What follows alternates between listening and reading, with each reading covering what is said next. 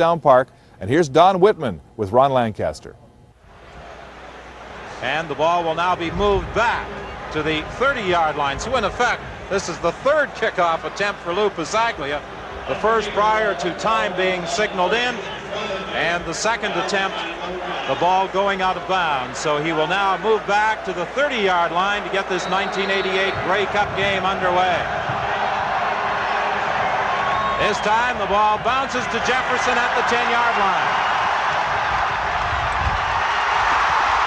Winnipeg wanted to start the game with a good return, and they got it. Jan Carinci taking Jefferson out of bounds up at the 40-yard line, a run back of 32 yards. That's a big return for Winnipeg. They needed that to get out of that deep end. This is the man. Now, he'd love to get a running game going. Salisbury, Jesse, and Johns. Johns, a tremendous blocker, going to get a big test now. We've talked about the receivers. Buster Rhymes has made a big play in the last of the two ball games, and this is the offensive line that's got to get them and hold them at bay for them to run the football in this first quarter. I think Salisbury will attempt to do in this game what he did against Toronto, get rid of that ball quickly, although he rolls out on his first passing attempt, throws complete to James Murphy, and Murphy is brought down at the 51-yard line, stopped by Keith Gooch. That should be a first down. Also a little bit of a surprise because of the fact that he rolled outside. He didn't move the pocket. There's that defensive line. Now, when he rolls out, they're going to have to contend with that defensive line, especially the outside linebackers. Stuman and Konar are going to have to watch the rollout. In the secondary, they're excellent one-on-one covers, but if you get outside and get time, Murphy will beat you again. Winnipeg first and 10. The ball is at the 51-yard line. Tony Johns, the ball carrier, with a gain of about 3 yards, stopped by Kevin Konar. I don't think Winnipeg is going to have a great deal of success running against this BC Lion defense. That's the whole story. You know, we gave the edge to the Lions as far as running the football, and the reason is that defensive front. You know, we talk about Greg Stuman being a linebacker, but he moves all over, so really they have 5 defensive linemen, and they're all good ones. Second and 8, Winnipeg. The ball is at the 53-yard line. 13:27 remaining in this opening quarter. Salisbury to Randy Faby, incomplete. Don, you could see that coming when they sent a guy in motion across. They came out, Braswell came all the way out of the middle to cover him. That's a giveaway key, a man-to-man defense. Faby tried to come underneath it and couldn't catch the football because the wind knocked it down. And now we're going to see Bob Cameron attempt to kick into that wind. Many regard Cameron as the best bad weather kicker in the entire CFL. And in pregame warm-up, he was having difficulties kicking into that very strong wind. Wiseman and Carinci are back, but they are only standing at their 30-yard line. Ball takes a good bounce for Winnipeg, and Carinci is stopped almost immediately at the 24. That's just about as far as you can kick it into that wind, but it still isn't in bad position for that man. Matt Dunnigan, you know, this is the guy everybody says you have to stop. It's probably true, but if you try to stop Dunnigan too much, you're going to open up the middle for those two guys that can run the football. Tony Cherry and Anthony Parker averaging 6 yards each rushed for over 800 yards this year. Excellent set of receivers. Jan Carinci at 210. They like him in there for his blocking. And up front, that's a big, strong offensive line. Williams wide to the left. Cherry takes the ball and picks up a couple of yards as Winnipeg's Aaron Brown is there to make the tackle from his linebacking position with help from Ramel Andrews. And Fillings running high very early in this football game, pushing and shoving on the opening kickoff, and it continues on that offensive series by the BC Lions. Well, emotions always run high at the beginning of a big football game. It'll settle down in the next couple minutes. That was the first chance for these two defense and offensive lines to get together. In a couple minutes, the emotions will go away and the talent comes forth. And you just got to try to get through without getting a penalty. But that defense of Winnipeg's were anxious to see how they're going to try to contain this offense of the Lions. Second and 8. Dunnigan dropping back, trying to set up the screen. It's incomplete. Winnipeg was pressuring him. Mike Ray and Benny Thompson coming on a safety blitz forced Dunnigan to dump it off before he wanted to, and he couldn't get that man open on the attempted screen. Yeah, you love to throw a screen pass. Now you got to stop, give some ground, but the safety blitz is coming. He's unblocked. You don't get the time that you would like. And then Michael Gray, who we've talked about the last few weeks, has played outstanding football for the Bombers. They get that kind of pressure. You can contain anybody. Well, Winnipeg felt that they would have to go after Dunnigan and go after him early in this ball game if they were going to have any success. Lou Pasaglia punting with the wind. Ken Petway and Paul Shorten are back. Excellent kick by Pasaglia. Shorten takes it at the 28-yard line. And Shorten is stopped almost immediately at the 33 by Peter Vandenbos. Our CBC television game day coaches from 1987 in a position they much prefer for 1988, directing their respective teams in this Grey Cup championship, Mike Riley and Larry Donovan. 1st and 10 Winnipeg. The ball is at the 33-yard line. 11:44 remaining in this opening quarter.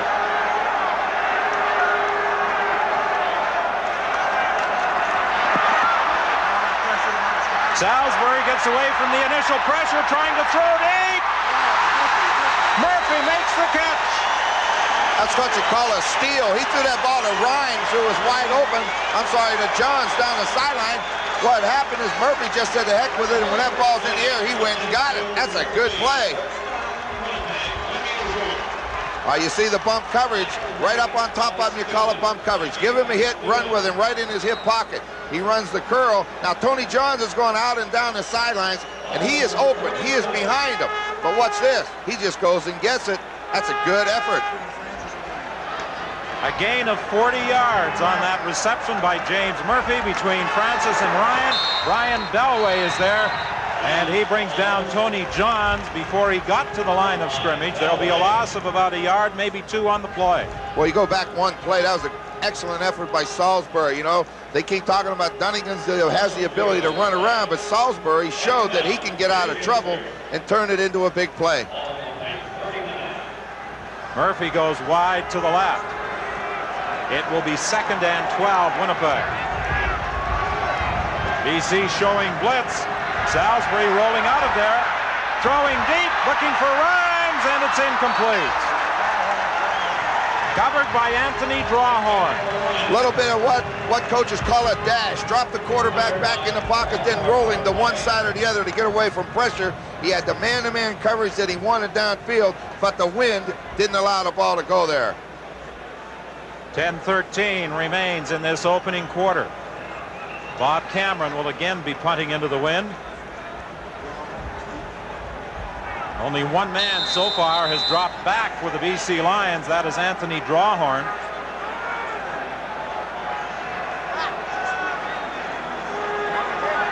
This is a somewhat similar formation that the Winnipeg Blue Bombers used last week against the Toronto Argonauts when kicking against the wind. A spread punt formation. A low snap to Cameron. He gets away. An excellent kick into the wind. Drawhorn retreats into the end zone, and he's down for a single point. All during pregame warm-up. Cameron was kicking from closer than that particular punt. He couldn't reach the end zone. But as we said many times, he's the best kicker there is against the wind. 42 yards, the length of that Bob Cameron punt, as the Winnipeg Blue Bombers are first on the board. 9:46 remains in this opening quarter. The BC Lions will scrimmage 1st and 10 from the 35-yard line. Matt Dunnigan's 2 previous Grey Cup appearances were with the Edmonton Eskimos.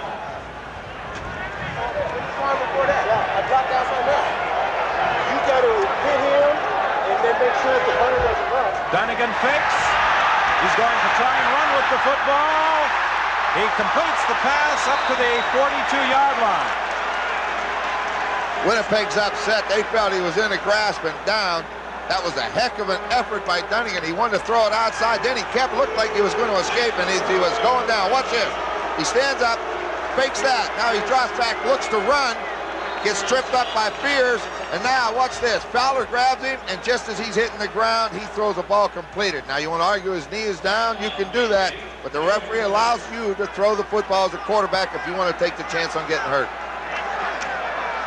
Hand off to Anthony Parker, and Parker gets across midfield to the Winnipeg 54, stopped by Benny Thompson. Well, everybody talks about Cherry so much, but this time it's the big man inside, Anthony Parker. Coach Donovan says you can't stop us both places. Look at this. Right in behind Jamie Buis in the center, Ian Sinclair right into the secondary at 215 pounds, picks up good yards. Tony Cherry is tripped up in the backfield. Before he even got on track, James West had penetrated to make the play. You must penetrate to stop a running game. Don't sit on the line of scrimmage. The offensive line will win the battle. You get across it and cause commotion and confusion, and that's what they did. A loss of 1. It is 2nd and 11. BC Lions going with the wind. Quarterback draw. Matt Dunnigan running it out of there for a big first down to the Winnipeg 37-yard line. Stopped by Ken Petway and Benny Thompson. Boy, that was a well-run play. Good job. Watch him take the 3 steps back. Look at the lineman. Gerald Roper, 65. They go make the block. He'll cut right in behind it into the open ground. Made the first down now. Hit the deck. Saves wear and tear on the body. Dunnigan throwing over the middle to Scott Leckie inside the 30-yard line. There's a penalty flag on the play. Yeah, we're going to get a roughing the passer call, I believe. 52. Foul. Roughing the passer. Winnipeg number 52. The call goes against Winnipeg's Mike Gray. Mike Gray had a roughing the passer call last week in a crucial situation in that Eastern final win over the Toronto Argonauts. See, the ball's gone now. You can't come in and hit him. You have to call that. Well, that hurts a quarterback. Or anybody else for that matter, Don. Well, with the aid of that penalty, the BC Lions will have a first down. The ball is at the Winnipeg 14-yard line. This has been a good drive by the Lions. It started at their own 35. Dunnigan on the reverse to Cherry. He'll score.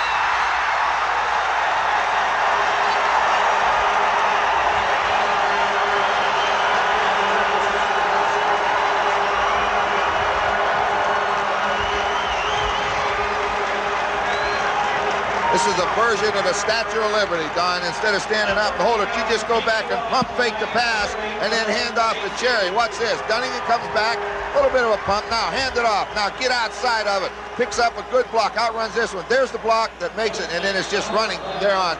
Petway couldn't get him, and he goes into the end zone standing up. The BC Lions with Parker and Cherry have the ability to hurt you with that running game inside or outside. And that time Cherry to the outside for the touchdown that has put the Lions ahead with Lou Pasaglia attempting the point after. He puts it through, and with 7:17 remaining in this opening quarter, the BC Lions lead by 6.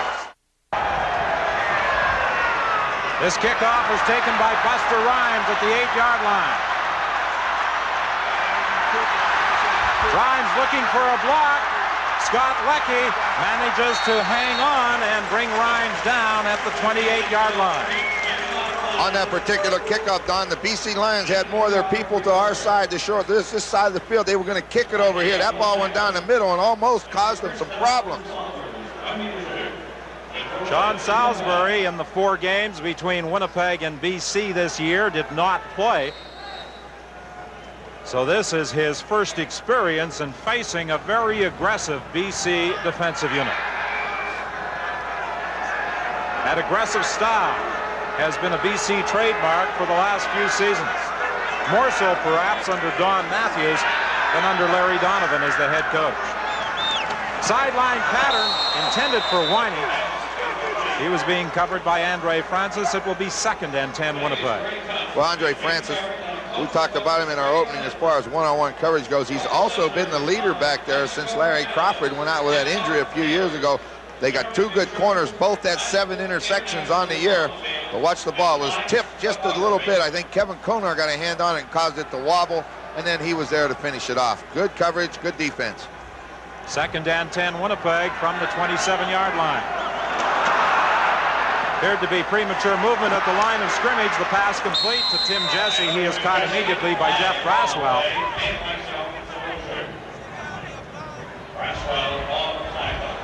It appears to be an offside charge against BC, and it's confirmed by referee John Ireland. So it will be 2nd and 5. Don, anytime you see Jeff Braswell make a tackle on a back like Tim Jesse out at the sidelines, that tells you it's man-to-man coverage, because he should never be out there if it isn't.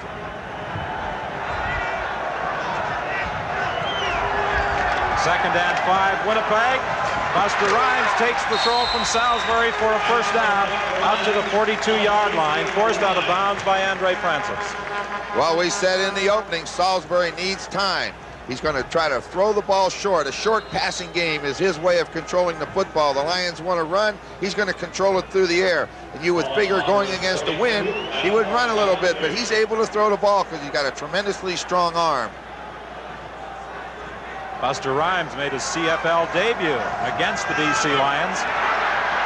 Screen pass to Tony Johns. First down to the BC 53-yard line, tackled there by Stuman. Well executed by the Bombers. We're going to take a look at it from the reverse camera. Salisbury's going to make the fake, come out like bootleg action. Now get the pressure, dump it underneath, and look at the number of blue jerseys around him. Make the blocks, get him into the secondary, let him run. That's good offensive football. From the reverse angle camera to live action. 1st and 10, Winnipeg. Salisbury rolling out of there to the sidelines, and it's almost intercepted.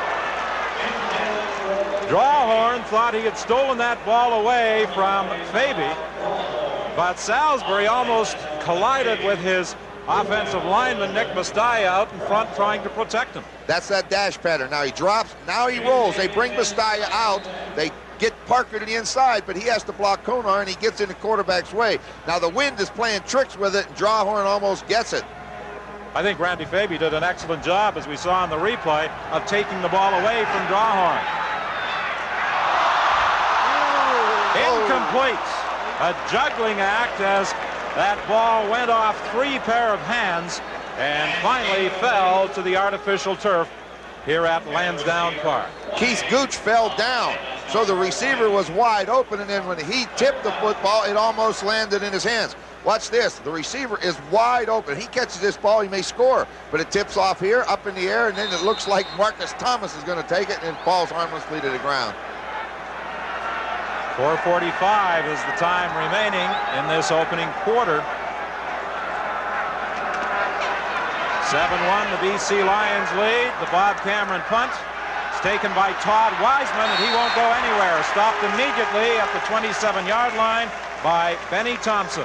Bomber linebacker Aaron Brown may feel lucky. When he ran onto the field for his pregame introduction, he lost a contact lens. Amazingly, 2 minutes before kickoff, Ken Haley found it. Brown's avoiding double vision. Steve?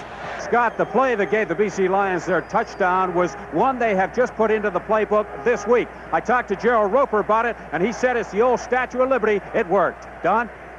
And that's the way Ron Lancaster described it, a version of the Statue of Liberty, the touchdown run by Tony Cherry that has the Lions in front by a score of 7-1.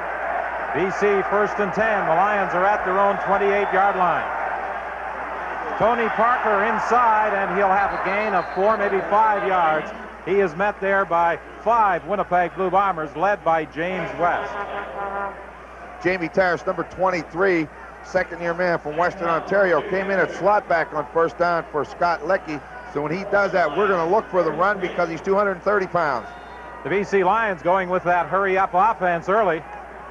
Dunnigan dumping it off, incomplete. He was looking for Parker, and the Lions will be forced to kick. Unbelievable, Don. Both teams doing a little bit of the same thing.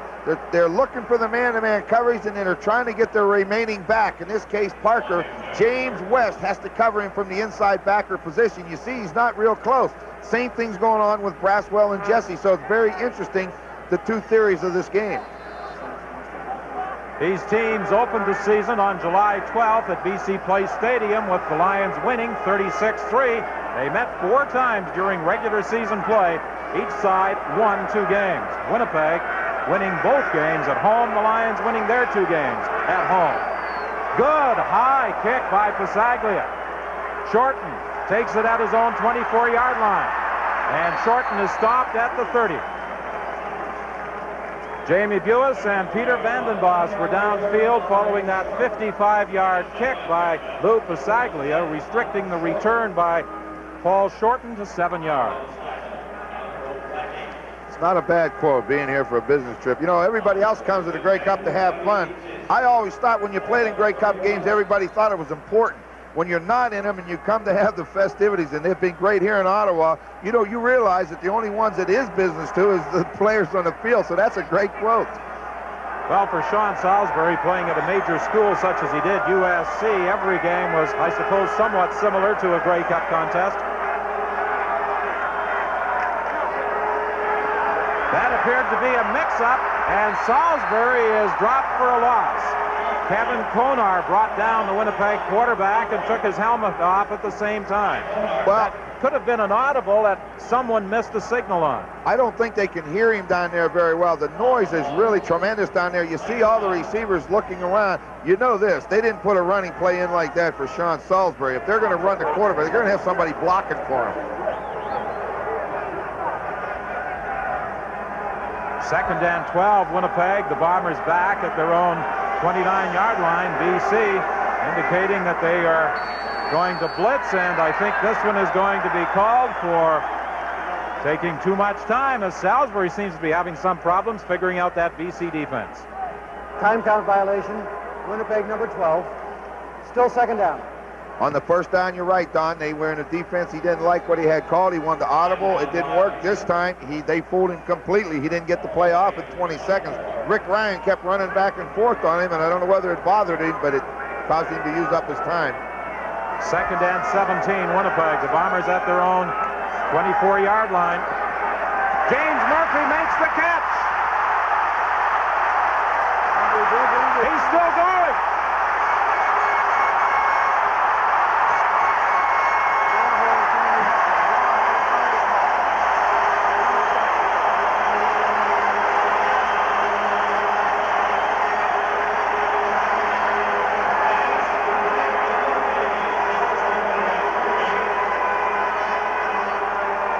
Murphy has feasted on BC defensive coverages in 3 games this year. None better than this, 72 yards. An excellent read by quarterback Sean Salisbury. Put 3 receivers to the left. Drawhorn goes over. He comes to the post of Murphy. And they always talk about Murphy's not just a great receiver, but he's an excellent runner. And we saw a great example of that. That's super. First and 10 from the 15-yard line. They try to swing it to Tim Jesse coming out of the backfield. It will be second and 10. At the start of our telecast, Ron, you talked about game breakers.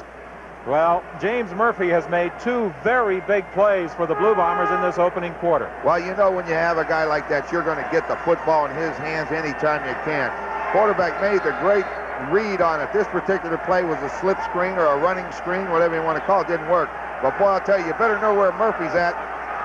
They better pay attention to him because he could be looking for him again.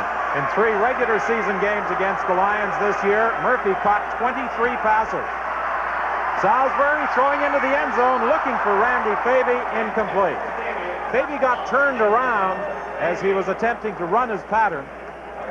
Well, you get that close coverage, close man-to-man coverage that's downfield by Marcus Thomas on him. He comes off, tries to force inside. Thomas wouldn't let him in there. Then when he goes back, you're going to have that happen to him. Then Salisbury, what I liked is he come and pumped to the right, and then he went back and laid it up. This will be a 22-yard field goal attempt by Trevor Kennard. Remember, he is kicking into that strong wind. This one is good. With 59 seconds remaining in the opening quarter, the Winnipeg Blue Bombers, on the strength of a fine reception by James Murphy for 72 yards, reduce the deficit to 3 points. And operating against the wind for the first time in the ball game, Matt Dunnigan brings the BC Lions up over the ball at the 43-yard line. Here's the handoff on the reverse to Cherry, and Cherry is unable to get outside this time, with Ramel Andrews tracking him down. Andrews had such a big game for the Winnipeg Blue Bombers in that Eastern final against the Toronto Argonauts. He was inserted in the lineup as the result of an injury to linebacker Greg Battle. Well, you see coming around the corner leading Cherry, you see the block there, but Jamie Buis tries to get outside, but the only way he can help him is for Cherry to get out there. They didn't allow him out there. Andrews will line up on occasion at a linebacker position. He'll also move into a down lineman set. That's where he is now. well over the head of the intended receiver, Eric Streeter. They were attempting that hitch screen to Streeter, and the ball sailed well over his head. Safety Benny Thompson was blitzing from the backside. Yeah, on those, you know you're going to throw the ball quick, so you better get rid of it because there's no one to block him. Now, we saw Salisbury handle the wind in the first quarter. I thought he did an excellent job. They had the ball for 9 minutes, and they're only trailing by 3. Dunnigan has yet to throw it downfield, so we'll see how he can do it in the second quarter. And we'll see now how Lou Pasaglia handles that strong wind. His first quarter average, of course, was with the wind. Winnipeg was going after it. Rod Hill almost got to it. The ball takes a good bounce, and Petway at the 30-yard line is back to the 32-yard line. Rod Hill, who blocked a punt for a touchdown against Toronto, almost got to that kick. We talk about special teams. You see Rod Hill coming from that outside. He almost got to it again. You know, when you get Hatsanoa, number 44 inside, Hill outside, that puts the pressure on that back. He's got to make a decision. Sometimes he hesitates, but doesn't get either one of them. Rod Hill has his own cheering section here at the Grey Cup game. 14 members of his family came up from Detroit to take in this Grey Cup encounter. Tim Jesse, the handoff, stopped at the 35-yard line by Jeff Braswell. That's the job. We talk about Braswell at the beginning. This is his job. Middle linebacker, make the tackles between tackle to tackle area. Watch it. Now he makes his read. Now he's got to be there. Get in there and make the hit. Good job. Second and 8. Salisbury to Tony Johns. He gets the first down as he broke away from Stuman and fought his way up close to the midfield stripe. You got a good look at why he did that. 220 pounds. That's what it is. Greg Stuman had a run at him, but at 220 pounds, he bounced right off of it. Looks downfield, goes to a second read outside. Good contact, but you didn't hold on to him. That's strength. Thomas finally took Tony Johns out of bounds, but not before he got to the 53-yard line. First and 10, Winnipeg. The second man through. Tim Jesse drives to the 50 of the Lions. Stopped there by Kevin Konar. Tony Johns was the lead block, and he took Jesse up to the 50 as Winnipeg now operates from the quick offensive set. Randy Faby makes the catch for another Winnipeg first down. Boy, made an excellent read on that particular pattern. Whatever side Jeff Braswell goes to, you go the other way. He went the other way and bang, found Randy Faby all by himself. As we said, give him time. Let him look around. Let him throw the football. Made the play. Without the benefit of a huddle again from the 38-yard line, Tony Johns loses the football, but the whistle apparently had gone. James Parker made the initial contact with help from Stuman. The ball bounced away from Tony Johns, but the whistle had gone. Take a look at it. It's just a straight dive. Tony Johns hit straight ahead. There goes the ball. Well, I'll tell you, pretty close to being a fumble. Salisbury trying to pick out Randy Faby in the clear. He delivered the ball, but Faby couldn't hang on with Keith Gooch coming up on his back. You know, every now and then you use that hurry-up offense just so that all the teams take their signals from the sideline. This forces them to maybe stay in the same defense they were in. Now, when you go to the sidelines, you're going to have to talk it over if you're the BC Lions and have one quick signal to change it. Otherwise, they're going to force you to stay in a defense maybe you don't want to stay in for 2 plays in a row or you get hurt. Trevor Kennard hit a 22-yard field goal attempt in the opening quarter. He'll try and tie it now from 43 yards out. It's good. So with 10:20 remaining in the opening half at Lansdowne Park, the score is tied at 7. At halftime of Grey Cup 88 on Inside the CFL, we'll be joined live by our game day coaches, John Gregory of Saskatchewan, Bob Ovilovich of Toronto. Steve will be joined by a couple of Rough Rider alumni, and Ron and Dom will analyze the first half. Don? And Scott, I don't think you anticipated on the 22nd of October when we did that snow game here at Lansdowne Park between Calgary and Ottawa that conditions would be anywhere near as pleasant today as they are. Anthony Cherry on the return. And he brings it back to the 36-yard line. Now, I'm a little surprised that the BC Lions would have Winnipeg kick off following that field goal by Trevor Kennard from the 43-yard line, because they had the wind at their back, and there was the possibility that Kennard could put the ball deep down to the goal line, and they would not have field position nearly as good had they scrimmaged from the 35. That's just about where they are now. Yeah, I was a little surprised myself. Normally you would take that ball on that 35. That's good field position. Williams makes his first reception of the game for a first down. Named the outstanding player in the CFL and the winner of the Shenley Award on Friday night. Well, we've seen both quarterbacks take advantage of making a right read. Watch Williams. Plant, slant, here comes the football. No underneath coverage, one-on-one. You should win that every time Dunnigan hits him. 9:34 remaining in the half. First and 10 BC. The Lions are at their own 47-yard line.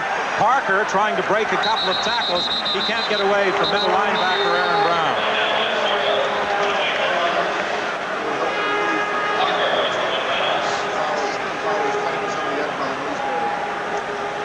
The score tied at 7. Matt Dunnigan watching the man pile and getting set to call his second down play. It will be 2nd and 5 BC. You know, Don, all week they were asking me about that 1967 Grey Cup here in Ottawa, how cold it was. Eagle Keys was our coach then. He retired last week. I just want to say hello to him, and he's got his golf handicap down to 6. Eagle, it's a lot better weather today than it was back in 1967. The weather didn't concern Eagle as much in 1967 as the final result. Tony Cherry bounced away from that big hit by the safety, Benny Thompson, and converted what should have been a loss into a gain of almost 5 yards. He can't believe it. He's just shaking his head. Benny Thompson cannot believe this. Watch him. Here comes number 37. We said he's built like a fireplug. He takes the hit, bounces away from him, and takes off, and he's going to force a measurement for the first down. That is just great effort and balance. So they say 5'7" and about 185 pounds. Got the big legs, and he can take those hits, as we saw. Tremendous drive in those legs of Tony Cherry as he manages to pick up the first down as signaled by referee Jake Ireland. Well, it started out with some rain this morning, then the skies cleared and we had sunshine bathing the nation's capital. But as the sun sets, we see the clouds moving in again. Hopefully there is no precipitation up there. Dunnigan on that quarterback draw. He ran it successfully in the opening quarter. He gets almost 10 again. That's a play that Dunnigan used very successfully earlier in the year. He more or less went away from it late in the season with Parker and Cherry running the ball. Well, I think now that they don't worry about him running as much, that's the time he's going to go back to it. You know, once again, Jamie Terrison's having a battle with somebody down there. Every play, they got him in there for blocking purposes, and he's getting the job done. The pitch to Cherry. Cherry had to reach back to take the ball, but now he's heading up the field. First down, BC. What a fine running display by Tony Cherry. This is a play the BC Lions love to run. They just toss that ball outside to Cherry and let him run behind the blocking. Here comes the pitch. Now he's looking for somewhere to cut. Wasn't a great pitch. He cuts back in. You see the block 23. Jamie Terrace on 76 Andrews. He cuts way back to the inside, and then he just uses his eyes to find the hole. First and 10 for the BC Lions. Dunnigan throwing for Williams. It's over his head. Second and 10 BC. Got pretty good distance on that throw for throwing it right into the teeth of the wind. You got to do that. You got to let those defensive backs know that even though I'm throwing into it, I'm going to throw deep, so don't be cheating. Williams equaled Brian Kelly's record this year with 18 touchdown receptions. Lou Pisaglia getting set over on the BC bench. Should Dunnigan be unsuccessful in converting this second and 10 play with 6:46 remaining in the opening half. It's complete. An easy touchdown for Williams.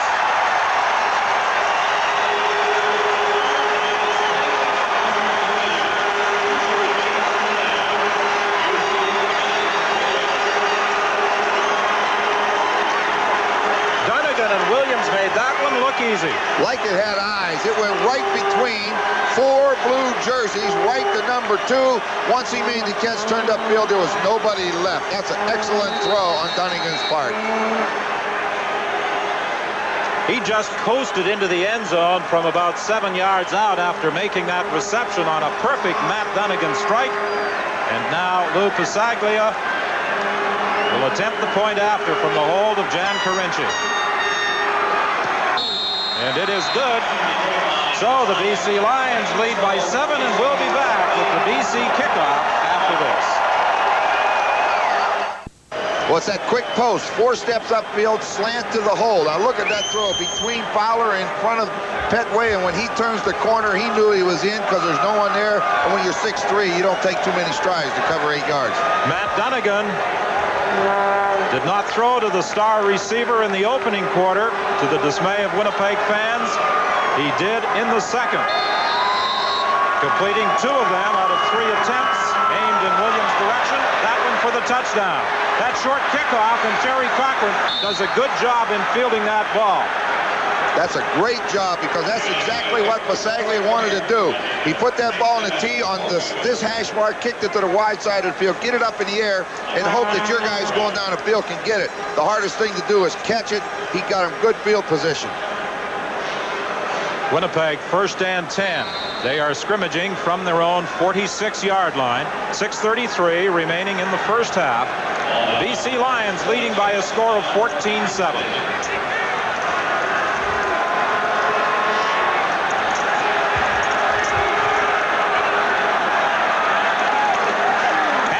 Tim Jesse, and Jesse struggles out across the 50, stopped at about the 53-yard line. Good job. Start to the wide side of the field. It's that counter play. Hand it to Jesse. Nick Vistaya pulls from his left guard position, traps out, and bang, get right in behind it. That's 7 yards. The Bombers again operating without benefit of a huddle. 2nd and 3. Salisbury to throw. That ball is deflected, but still caught. James Murphy coming back to the quarterback, managed to make the catch after it had been deflected at the line of scrimmage. When you deflect it, sometimes you get a little lucky. If you're on Winnipeg, that ball hits the back of the football and it just goes end over end. Murphy's running a stop. Now come back to the football. Even though the ball's tipped, he continues back and makes the catch. Winnipeg 1st and 10 from the 50 of the BC Lions. Again, the pass is deflected as Salisbury let it go. There's also a penalty flag on the play. It appears as though it will be an interference call against the BC Lions. Didn't have to hit him. The ball was on the ground. The play was over. You don't have to hit the ball carrier. We said Braswell sometimes is a little too over-aggressive. We see an example of it.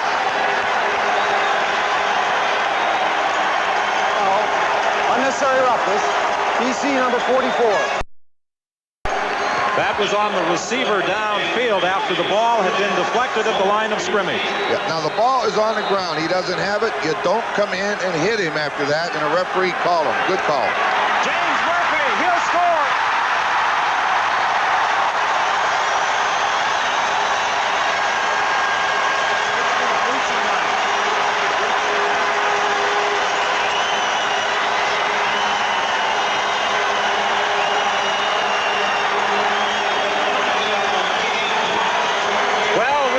Again, as we said at the start of the telecast, about potential game breakers. Murphy's done his job, so has David Williams. Ran a post pattern. 14 yards down the field, go to the inside. By 14 yards, it clears out in there. He comes in under good and misses the tackle, and he goes in, no problem. Trevor Kenner attempting once again to put the Bombers back on even terms. He does. 5:14 is the time remaining in the first half. The Blue Bombers and the BC Lions all even at 14. James Murphy, 3 catches this afternoon. That one for the touchdown. He has a total of 147 yards. They're moving the football. And you see with Murphy, we talk about him, stepped right around the tackle of Ryan. Now, Buster Rhymes clears it out. He gets number 29, Marcus Thomas, out of the way. There goes Murphy right inside. Ryan misses the tackle, then it's no contest. Well, we talked about the drama and the excitement of the 1987 Grey Cup game. This one, so far, has been every bit as entertaining. Every bit. They're two good football teams. They're excellent football teams, and everybody figured it's going to be close. And that deferment at the beginning of the game by the Blue Bombers may be a big, big decision when we get to quarter number 4.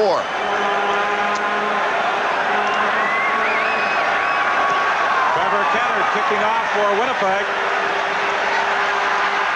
Drawhorn starts out from the 10-yard line. He picks up a couple of blocks. This is an excellent return to the 41-yard line.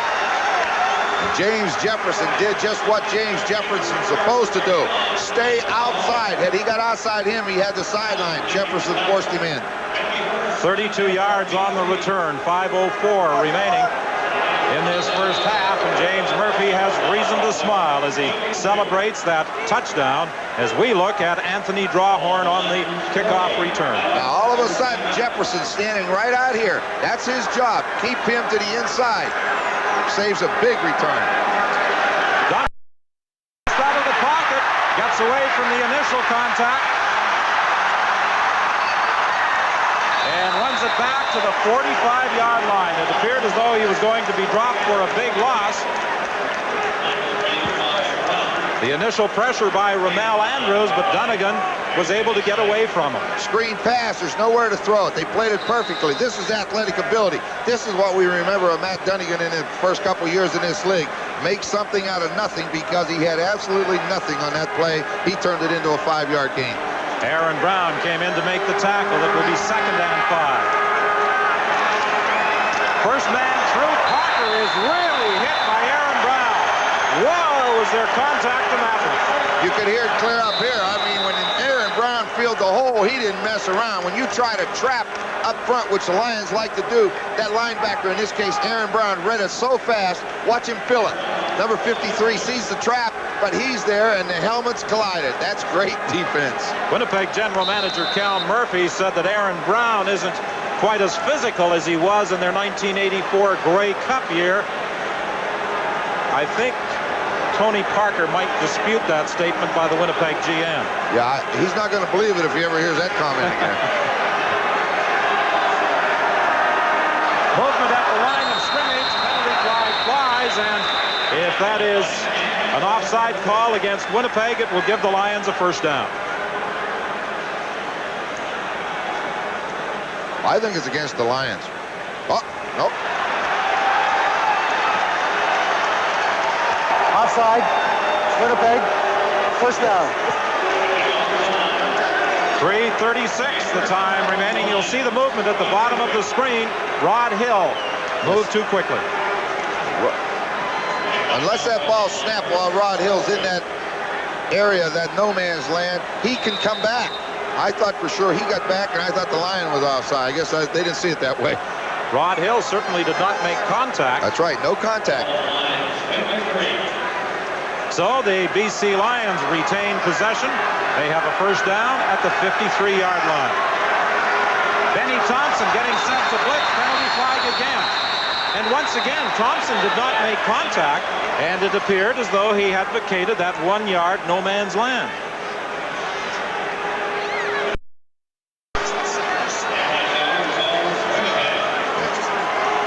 The only way, this is a tough call again. I know Benny Thompson's right up in the line of scrimmage, but unless the center snaps the football at the time you're in that area, there's no penalty if you go back out of it before the ball snapped. Consecutive offside calls against Winnipeg. The BC Lions looking at 1st and 5 now from the Winnipeg 53-yard line. Tony Cherry, the ball carrier, he'll be very close to a first down. He runs hard every time. This time it took the linebacker, Delbert Fowler, to come underneath and submarine him. The score is tied at 14 with 2:55 remaining in the first half. I talked to David Williams a couple of moments ago about the Lions' second touchdown. He said it was a simple slant pattern. He went back into the huddle, told Matt Dunnigan he could get open, and sure enough he did. Scott? Steve, similar story at the Winnipeg bench. James Murphy told me he suggested to Sean Salisbury before the offense went out of the field last time they tried the post pattern. He thought he could get open deep against the lines on it. As a result, this game is tied. Maybe they should let the two wideouts start calling all the plays for their respective teams. Yeah, I haven't met a receiver yet that isn't open. That's all I know. I want the guy to come back and says, I can't get open. Short yardage, and did Parker make it? Not quite. He's not going to make it on this one. It's another great effort again by that middle, and I think mainly the linebackers. Watch him try to come over the top. Watch him get hit. Takes the hit straight on. I think it was West that hit him in midair, and then finally Thompson gets in on it, but it was West that knocked him down, knocked his momentum away from him, and then the rest of them do the job. One of the problems when a back leaves his feet, as so many do in those short yardage situations, once that initial momentum is stopped, you have no drive. No, you can't use your legs. You know, they say you use your legs as a ball carrier for power, but if you're not on the ground, you can't use them. So the BC Lions, with 2:38 remaining in this first half, are looking at a third and less than a yard. And with the ball at the Winnipeg 48-yard line, they are going after it. You want to bet on who carries this one?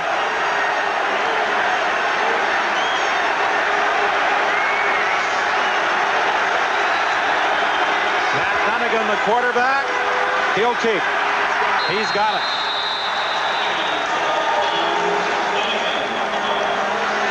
Ducked right in behind his right guard, Jamie Buis, and got right ahead, got his shoulder pads forward, and made the first down.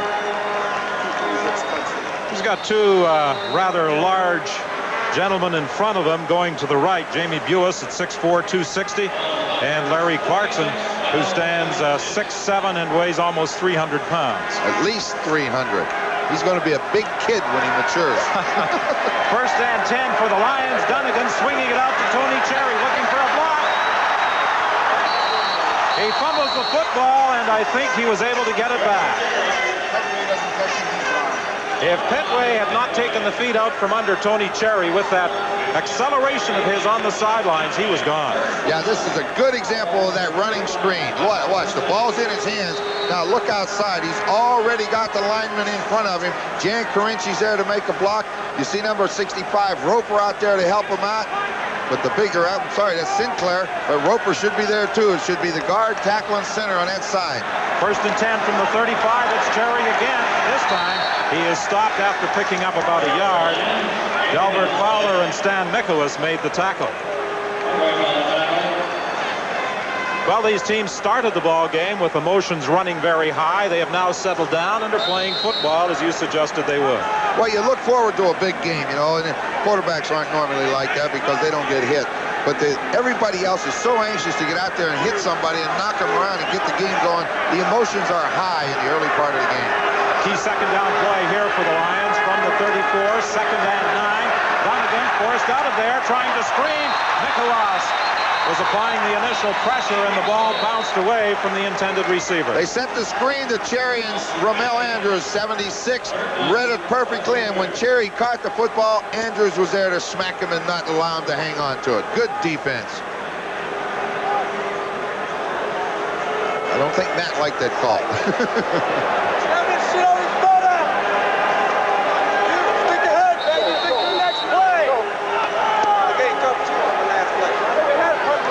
Lou Passaglio will attempt to put the BC Lions ahead with a field goal from 41 yards out. And he is kicking into that wind that is blowing from out of the southwest. I don't know if he can reach it. It's wide. And in the end zone, James Jefferson is going to concede a single point, but he is taking a lot of time off that clock in running around back there before finally giving up the 1 point that puts the BC Lions ahead on the missed field goal attempt by Lou Passaglio. Yeah, 1:05 remains. I would have thought he'd have gone down in a hurry when you have the win. You want as much time as you can get to use. You know, he can get in quite a few plays.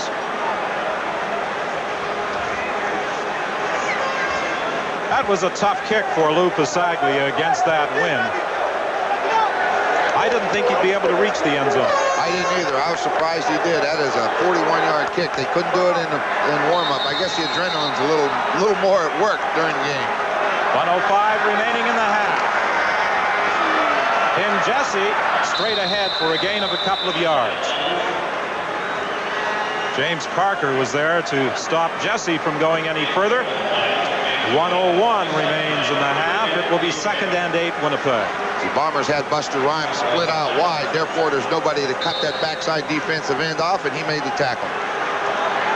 Salisbury loses the football. The BC Lions, Brian Bellway has got it. They're ruling it an incomplete pass. They say that Salisbury was in the act of throwing when the ball was knocked away from him. He was trying to go deep. He was looking deep. Let's see what happens. He's looking for Buster Rhymes downfield.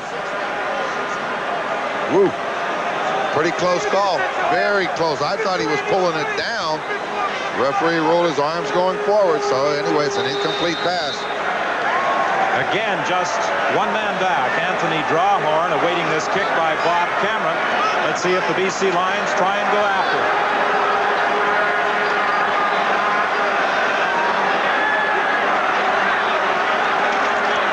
Pressure up the middle, and Cameron managed to get it away. John Ulmer was coming up the middle and came close to getting that Bob Cameron kick. And Drawhorn is brought down at the 23-yard line by Ken Haley and Michael Allen. A 61-yard kick by Cameron. There's also a flag on the play down at the BC 15-yard line. Vernon Paul made a great block as Ulmer was coming through on that punt. Objectionable conduct. BC number 39. The objectionable conduct call against Anthony Drawhorn, the punt return man for the BC Lions. 42 seconds remaining in the half. And at halftime, stay with us. Our game day coaches, Bob Obilovich and John Gregory, will analyze the first half. We'll be hearing from 2 ex-Ottawa stars, Whit Tucker and Russ Jackson, and Ron Lancaster and I will take a look at the highlights of this first half. A very entertaining 30 minutes of football. Dunnigan setting up the screen to Cherry. He doesn't need much help, and he gets that for a first down. A block on Benny Thompson that enabled him to get up close to the 20-yard line. You know, Don, we talk about Grey Cup week in Ottawa. The Ottawa Rough Rider alumni like Whit Tucker, Ron Stewart, even Larry DeMelli, an ex-Saskatchewan, they got these people involved, and they did a tremendous job selling out everything. Dunnigan's pass is complete to Williams.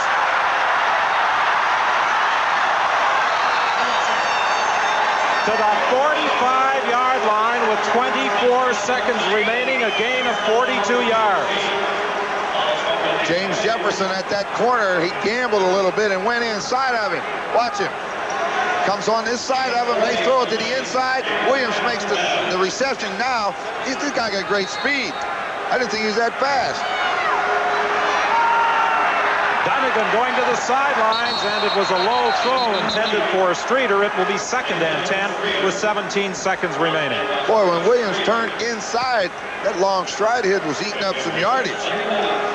Well, they don't often talk about the speed of David Williams. They refer to his exceptional jumping ability as one of the reasons he has been so successful this year. But on his touchdown run and on that throw for 42 yards, he showed that he's rather fleet of foot. And something else, Don, we always say he either catches a quick hitch or goes deep. His quick post for the touchdown and his hook there, he can run patterns. The ball is fumbled on the draw play, and I believe Tony Cherry managed to get it back.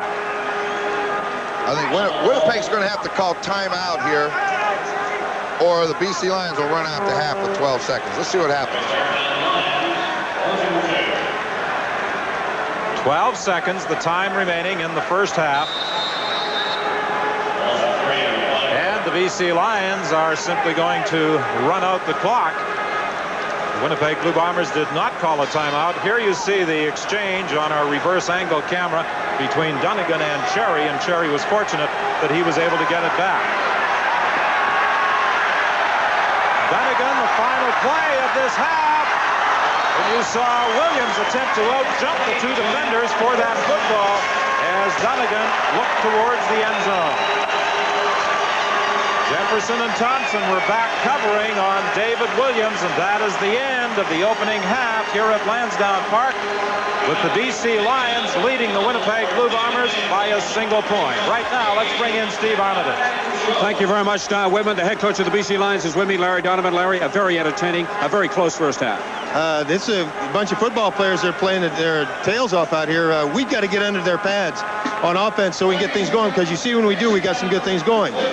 Defensively, we got to take some opportunities when that ball's bouncing around and get it picked off. Did you expect it to be this tight in the first half? Yes. Now, what do you have to do to blow Winnipeg out in the second half? Get under their pads on offense, and we're going to be fine. Okay, thank you very much, Larry Donovan, the head coach of the BC Lions. A very entertaining first half here at Lansdowne Park. When we return, we will start the halftime show in the 1988 Grey Cup.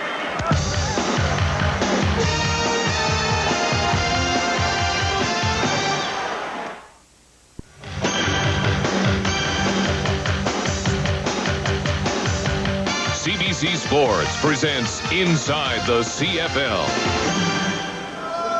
At halftime of Grey Cup 88 in Ottawa, BC leads Winnipeg 15-14. Welcome to Inside the CFL. In just a few moments, we'll have the benefit of the knowledge of our game day coaches, John Gregory of Saskatchewan and Bob Obilovich of Toronto. But right now, let us go quickly to the sidelines where Steve Armitage is with Winnipeg head coach Mike Riley. Thank you, Scott. Mike, I think that first half was everything you probably envisaged it would be. It's a great football game right now, Steve. Both teams seem to be able to move the ball a little bit. There's the defenses have come up with some big plays. The wind is playing a major factor in the kicking game. Every time the ball's kicked right now, it's a big deal if you got the wind or not. So it's just a good game. Mike, what can we expect to see the Bombers do in the second half? Well, I hope we can mix it a little bit more than we have and tighten down our defense here. We've got to control the little flare passes to Cherry. He's really hurting us on those, plus the statue play that they're running. I think that those are the two best plays that they have. I think if we just tighten things down a little bit, remain solid in the kicking game, we'll be okay. What have you got to do offensively? Mix the ball up a little bit and take the ball down the field a little bit to Buster Rhymes. I think that's a big factor. We need to take our shots down the field with him once in a while. Mike Riley, the head coach of the Winnipeg Blue Bombers, thank you very much. Now let's go back to Scott. Scott? All right, Stephen, in our broadcast booth just above the field at Lansdowne Park, we're joined by our game day coaches, John Gregory of Saskatchewan, Bob Obilovich of the Toronto Argonauts. Obi, if you're coaching the Lions, are you reasonably happy with your ground attack? Cherry got a touchdown, or would you like to see a more consistent rushing game? Well, I think they're trying to establish that, but I think that Winnipeg's playing well up front, and they're shutting down their run. If it wasn't for Cherry's individual ability, they may not have gotten some of the yardage they already have gotten. You may have been wondering in the first quarter why David Williams did not get the ball with the wind. You breathed a sigh of relief in the second quarter.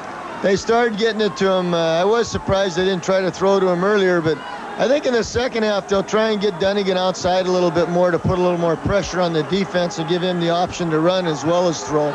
John Gregory, if you're coaching the Bombers, I would think you're delighted David Williams did not burn you deep in the first quarter of the game. In fact, did you feel pretty good coming out of the first quarter, trailing only by 3 against the wind? Well, I thought they did a nice job controlling him. On the one pass he did catch for a touchdown, it was a great throw by Dunnigan. Matt Dunnigan has been the guy that's been the BC Lions today, and he's really doing a good job. He's having a great game. You're also happy you got James Murphy in this game for the Bombers, aren't you? Well, James Murphy's had some great catches. In fact, the one Bob and I were talking about on the way up here, he kind of intercepted it from his own player. I think it was thrown to Tony Johns.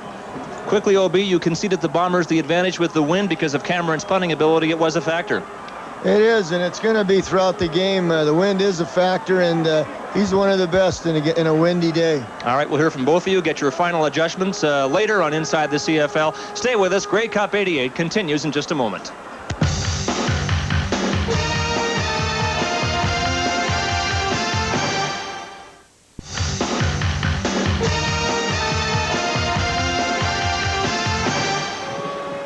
Just a single point separates the BC Lions and the Winnipeg Blue Bombers at halftime of Grey Cup 88 here at Lansdowne Park in Ottawa. Let's go to Steve Armitage on the sidelines with a couple of Rider alumni who know what winning football is all about in this city. Steve? Scott, these guys aren't just Ryder alumni. They're two of my heroes when I was playing this game. Whit Tucker and Russ Jackson, two of the outstanding Rough Riders in the team's history. Gentlemen, just a quick comment on the first half here at Lansdowne Park in Grey Cup 88. Great game. It's been a great week, all week, Steve, as you well know. The weather's cooperated. It's been unbelievable. The people of Ottawa and all the corporate sponsors here have been unbelievable. How about the game itself? Excellent game, 15-14, as you know, and BC looks tough, though. Russ, a quick comment on the game. Well, Steve, I don't think either team has taken over that line of scrimmage, and I think that a lot of people anticipated that BC might be able to do that earlier in the ball game. But I think when they come out in the second half, maybe that the one offensive or defensive line that takes over the game, I think might decide who's going to win this ball game. Gentlemen, so many great games here for both of you at Lansdowne Park. Whit Tucker, is there one that stands out on your mind? Yeah, probably the one we should have been in, Steve. We talked about it earlier. We should have been here in '67. We weren't. Hamilton was, so that's what I remember. That's the one you remember of all the games you ever played? Oh, no. The number one game I remember was '66 Grey Cup. First game I'd ever played in. Russ threw me 2 touchdown passes. How about a great game here at Lansdowne Park for you, Russ? Well, I think you go back a lot of games, but I think the game back in 1960 that got us to the first Grey Cup that I was in, out to play against Edmonton in Vancouver, where we had the sleeper play with Bobby Simpson catching the ball to beat the Toronto Argonauts when they had Tobin Rote and quite a cast of football players. I think that's one that early ones that I remember very well. Russ Jackson and Whit Tucker, thank you very much for talking to us. Thanks, Steve. We'll be back with more of our halftime show from Grey Cup 1988 in just a moment.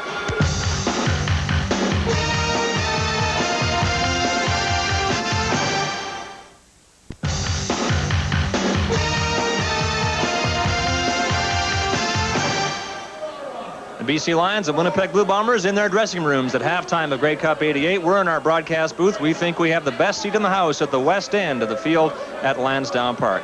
Well, it may be the only other national event that attracts as much interest as the Grey Cup is a federal election, and one of the winners on Monday past was the Right Honorable John Charest, but that's not why he's with us. He's with us because he's the minister in charge of amateur sport. Mr. Charest, you've seen some excitement in Ottawa, in particular on Parliament Hill.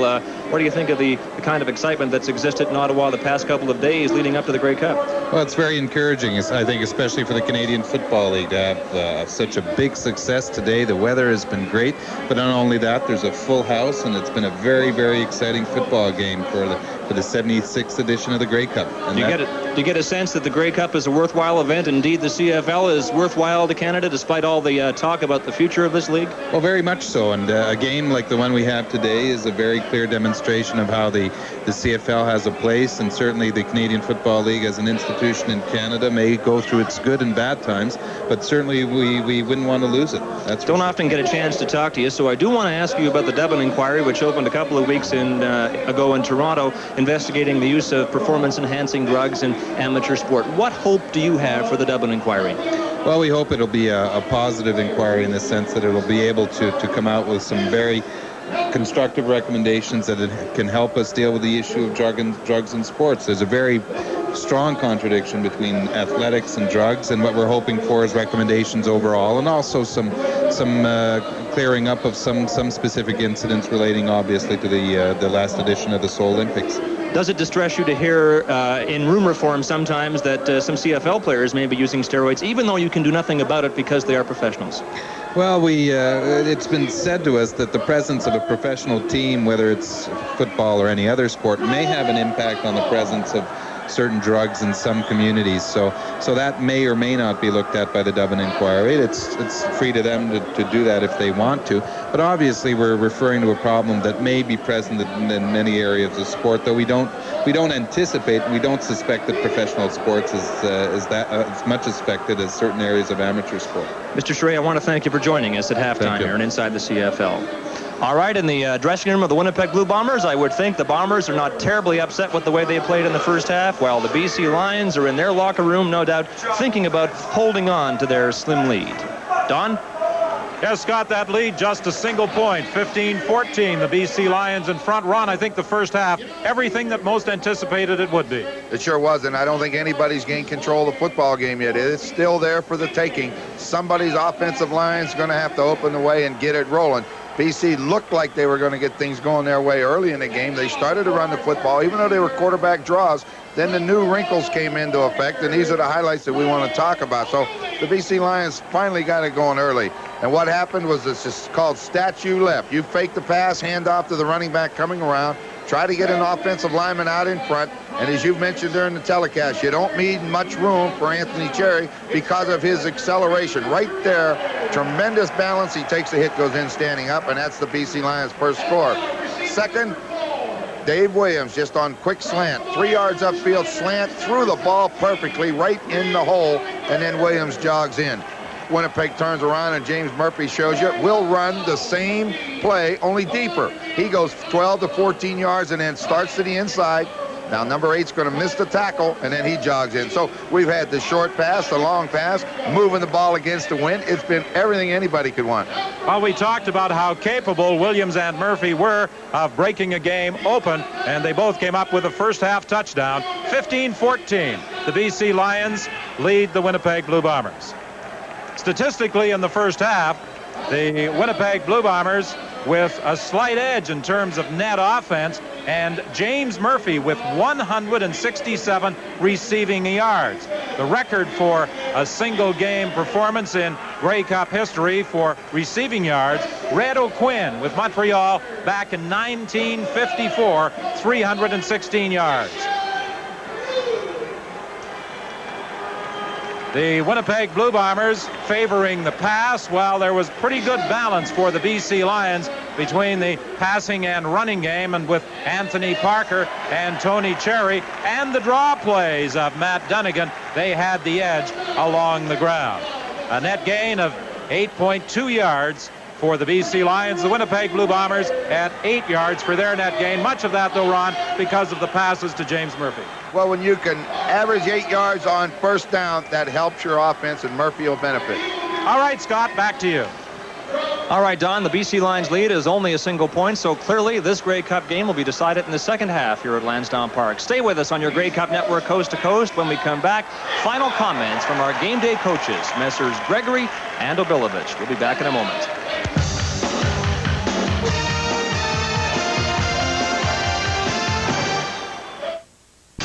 The CFL on CBC. Brought to you by Carling O'Keefe, brewers of Foster's Lager, the Golden Grove Charmer. Petro-Canada dealers and agents. Our energy is Canada.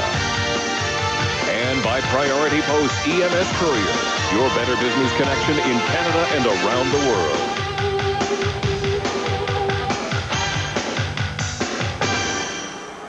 Welcome back to Inside the CFL at halftime of Grey Cup 88 for final comments from our game day coaches, John Gregory of Saskatchewan, Bob Obilovich of Toronto.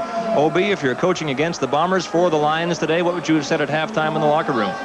Well, it's obvious it's a tough football game, and you got to keep playing your game, and I think that Dunnigan will get outside a little more on bootlegs and sprint outs and buy a little more time, and maybe they will get it deep one or two times to Williams that way. And lastly, I tell them not to take any stupid penalties that cost you important points. Is David Williams the player who will break the game open for the Lions if they do it? I think it'll be him or Cherry on one of those little swings, or just breaking a draw or something like he did in the first half. John Gregory, what adjustments would you have counseled the Bombers on at halftime? Well, I think the Bombers have been playing very well offensively, and I think they got to keep doing what they're doing, maybe run the ball just a little bit more.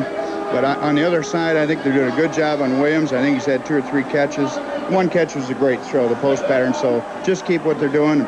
Keep playing hard on special teams, because that's the key. Do you pressure luck by throwing the ball continuously to James Murphy, or will the Lions be looking for that in the second half, considering double coverage perhaps? Well, I think it's real hard to double cover James Murphy when you have that Rhymes kid over there alongside of him. He's outstanding. He's very impressive. And then they're doing a good job getting the backs out of the backfield on that side as well. Yeah, the message there, I think, is do not ignore Buster Rhymes. For sure. It looks to me like he can go at any time, and I think that's true of either running back for the Bombers. OB, must the Lions get more pressure on quarterback Sean Salisbury? As we said earlier, you know all about that, the benefits of it from 2 late season wins by the Argos over the Bombers. Well, Sean Salisbury's not like Dunnigan. He doesn't run around as well, but he's got good feet, and he avoids pressure, and he did it in the first half a couple times. He made a couple good completions, so I think they're going to try and do it, but they got to make sure they get in his face and make him ineffective. John Gregory, if you're coaching the Bombers, do you hope the wind keeps blowing and Bob Cameron keeps booting them? Well, he's doing a heck of a job, isn't he?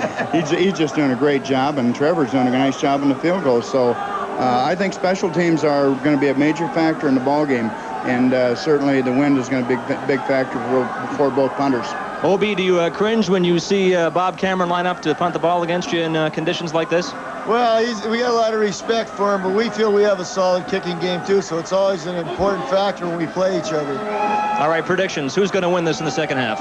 Well, I'll tell you what, it's one of those games that's going to come. It's going to come right down to the wire, and I wouldn't guess right now. Obi? I think BC will win by 1 in the second half, so they'll win by 2 in the game. All right. We'll hold you to it. Let's go to Don and Ron for the second half of Grey Cup 88.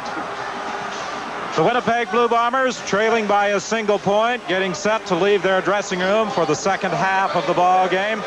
The Bombers would like a big third quarter, as they did a week ago in the Eastern Final against the Toronto Argonauts. They came out in that third quarter leading by a slim margin, and they put it away with a strong third quarter performance that included a block punt by Rod Hill.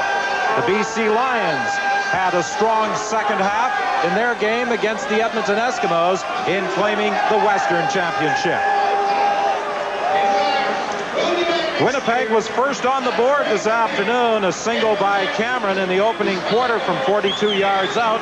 Then BC got a touchdown by Tony Cherry, a 14-yard run. A Trevor Kennard field goal from 22 yards completed the first quarter, scoring BC leading 7-4. Winnipeg tied it early in the second on another Kennard field goal. Then Matt Dunnigan found David Williams for that touchdown toss. A 26-yard pass and run play. Winnipeg came right back with Sean Salisbury throwing to James Murphy for 35 yards in the major score. And then just before the half ended, a single point by BC's Lou Pasaglia for a 15-14 lead. Before we get this second half underway, let's bring in Steve Armitage. Thank you very much, Don. With me now, the BC Lions, Walter Ballard. Walter, is this delay going to hurt the team at all? I don't think so. You know, both teams are pretty intense right now. You know, we just came out after halftime. I think it's going to be a good second half. That was a very entertaining first half. Defensively, did you feel you did the job on them? Well, we came out here and did what we intended to do right, and the second half is going to do a lot more to him. What did you intend to do? Stop him. Stop the running game. Did you have any trouble with Salisbury? Not really. He's a pretty good runner. We just need to concentrate on stopping him in the second half. What can we expect to see in the second half in the defense? Well, more intensity. Okay, thank you very much, Walter Ballard. I want to say hello to the people back in Vancouver. Hello, how you doing? We're going to win this, baby. I don't think we need the microphone for that one. Scott, back to you. Larry Donovan gathered with his team as they get set for the second half of this ball game, leading by a single point. The same type of meeting, the same gathering over at the Winnipeg bench.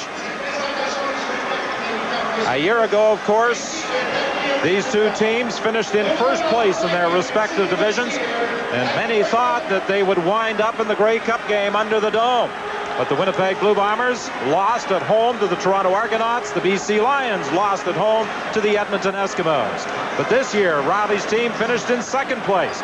And it was the strong performance over the last half of the season that had the Blue Bombers threatening for a spell, first place, and the Toronto Argonauts. They lost their last 3 games, however, but then Mike Riley's troops put it all together for the playoffs.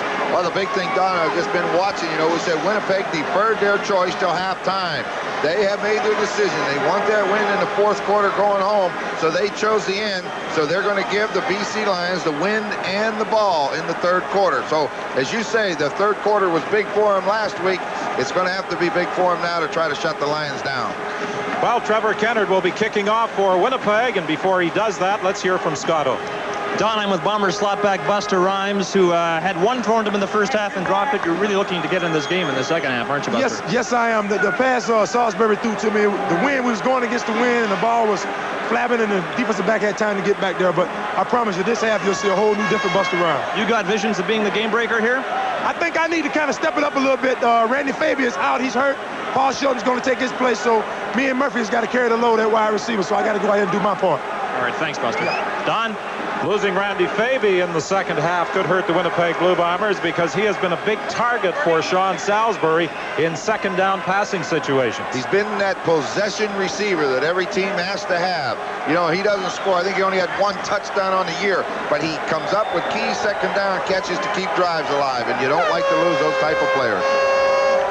Sean Salisbury went to James Murphy for the big plays in the opening half. Salisbury got his opportunity to play with the Winnipeg Blue Bombers as the result of an injury to Tom Mickey. Mickey was all set to start against the Saskatchewan Roughriders, but he injured his elbow in the pregame warm-up. Salisbury came in to take over at quarterback, and he managed to win 4 in a row before losing to the Toronto Argonauts in a home-and-home series, and then to the BC Lions. The Bombers lost the game, but Salisbury did not play. We're waiting for the band to make its exit from the stadium, and with the new stands that have been constructed at the south end, the opening is very small, and as a result, the large group that was on the field at halftime took some time to exit the stadium, but we now are just about set to get underway. And BC quarterback Matt Dunnigan has certainly been using all of his offense through the first 30 minutes. As Trevor Kennard gets set now to get the second half underway. The Bombers going against the wind. Drawhorn on the kickoff return. Excellent run. He's into Winnipeg territory at the 48-yard line, brought down there by Ken Petway. Well, what we've learned about Drawhorn, Anthony Drawhorn in his rookie year out of Las Vegas, Nevada, Las Vegas, is an excellent return man. He stepped in for Larry Crawford when Crawford was injured, but watch this. Waits on the bounce. Now find a hole, and he does. And watch him accelerate right now. There's a time to accelerate on the kickoff, and that's when you see the opening, and he did it. First and 10 BC. The ball is at the Winnipeg 47-yard line. The fake reverse. Cherry carrying the ball. And Cherry didn't fool that Winnipeg defensive unit as Delbert Fowler was over there with help from Michael Gray to make the tackle. There's also a penalty flag on the play.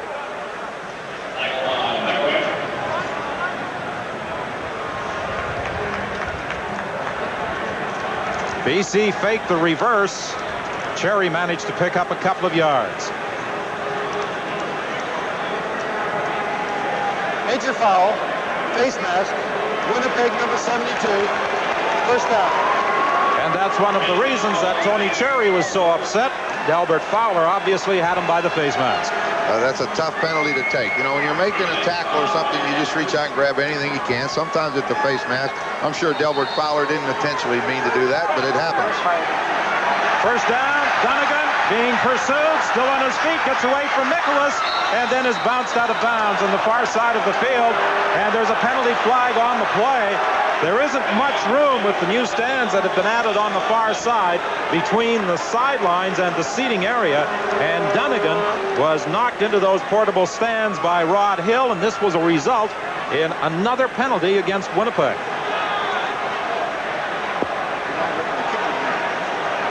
Foul, unnecessary roughness, Winnipeg number 53, first down. Well, it's a sprint to the left. Doesn't like it. Gets a little pressure now. He uses his ability again. Watch him turn the corner like a running back.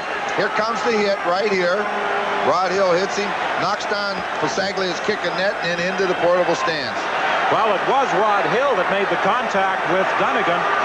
They called the penalty against Aaron Brown. Dunnigan again gets away from Nicholas, can't find anybody, and he's dropped for a loss by Benny Thompson.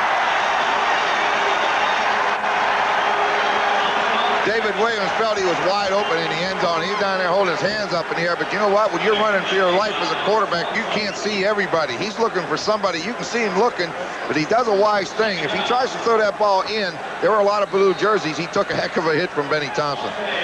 That takes the ball back to the 21-yard line. Second and 18. 13:32 remaining in the third quarter.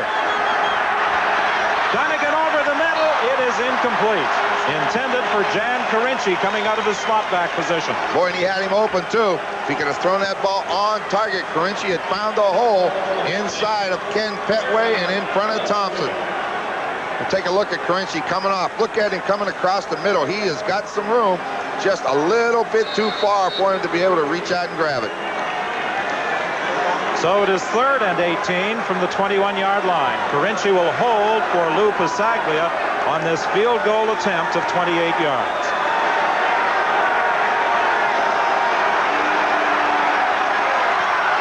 Rod Hill again trying to block it, but he could not get there as Lou Pasaglia puts it free, and BC leads by 4.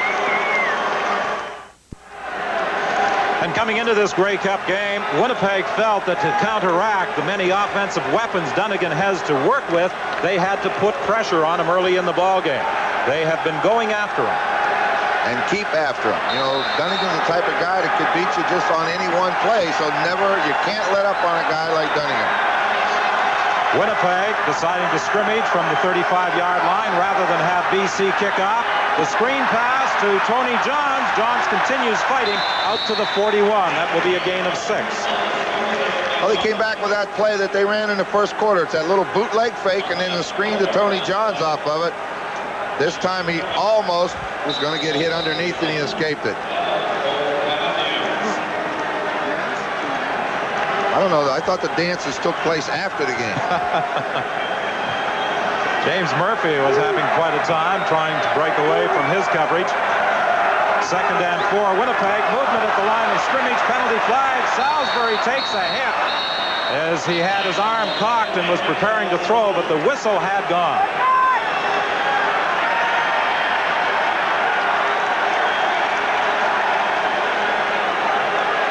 A procedure call against Winnipeg. There was movement along the line of scrimmage.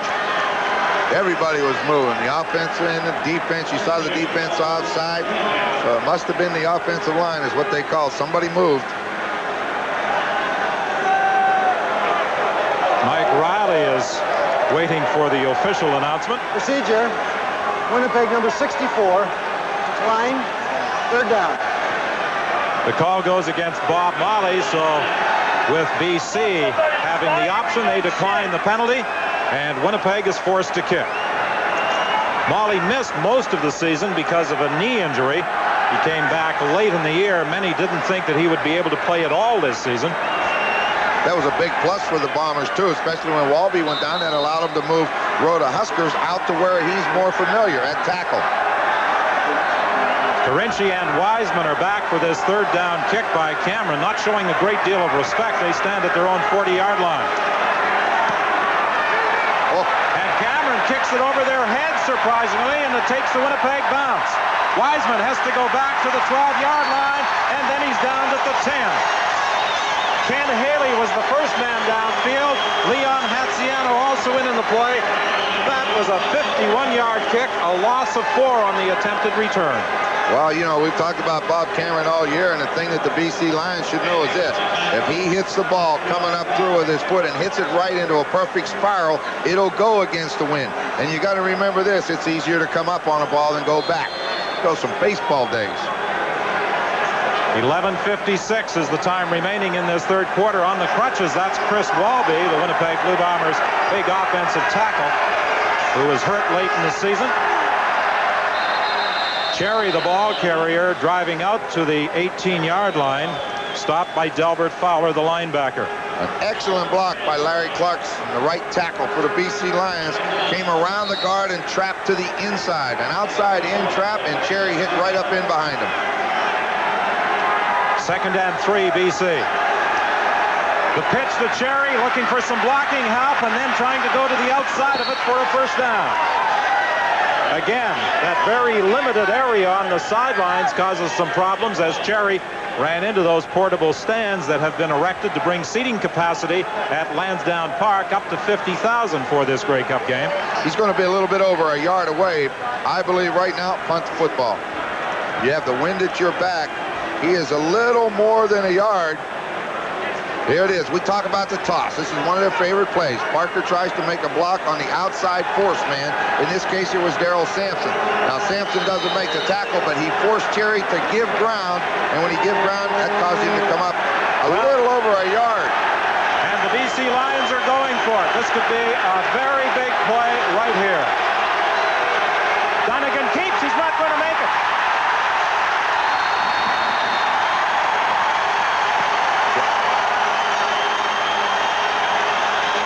You're exactly right, Don. You said a big play. He had never had a chance. He had over a yard to go for the first down, and you could see in your picture Benny Thompson and James West sneaking up. They're coming up inside. You'll see him appear. He tries to go straight ahead. No room. Michael Gray got great penetration, and then everybody else finishes him off. So instead of kicking a football downfield, they give up great. There they are, right up on the line of scrimmage. You see the lead.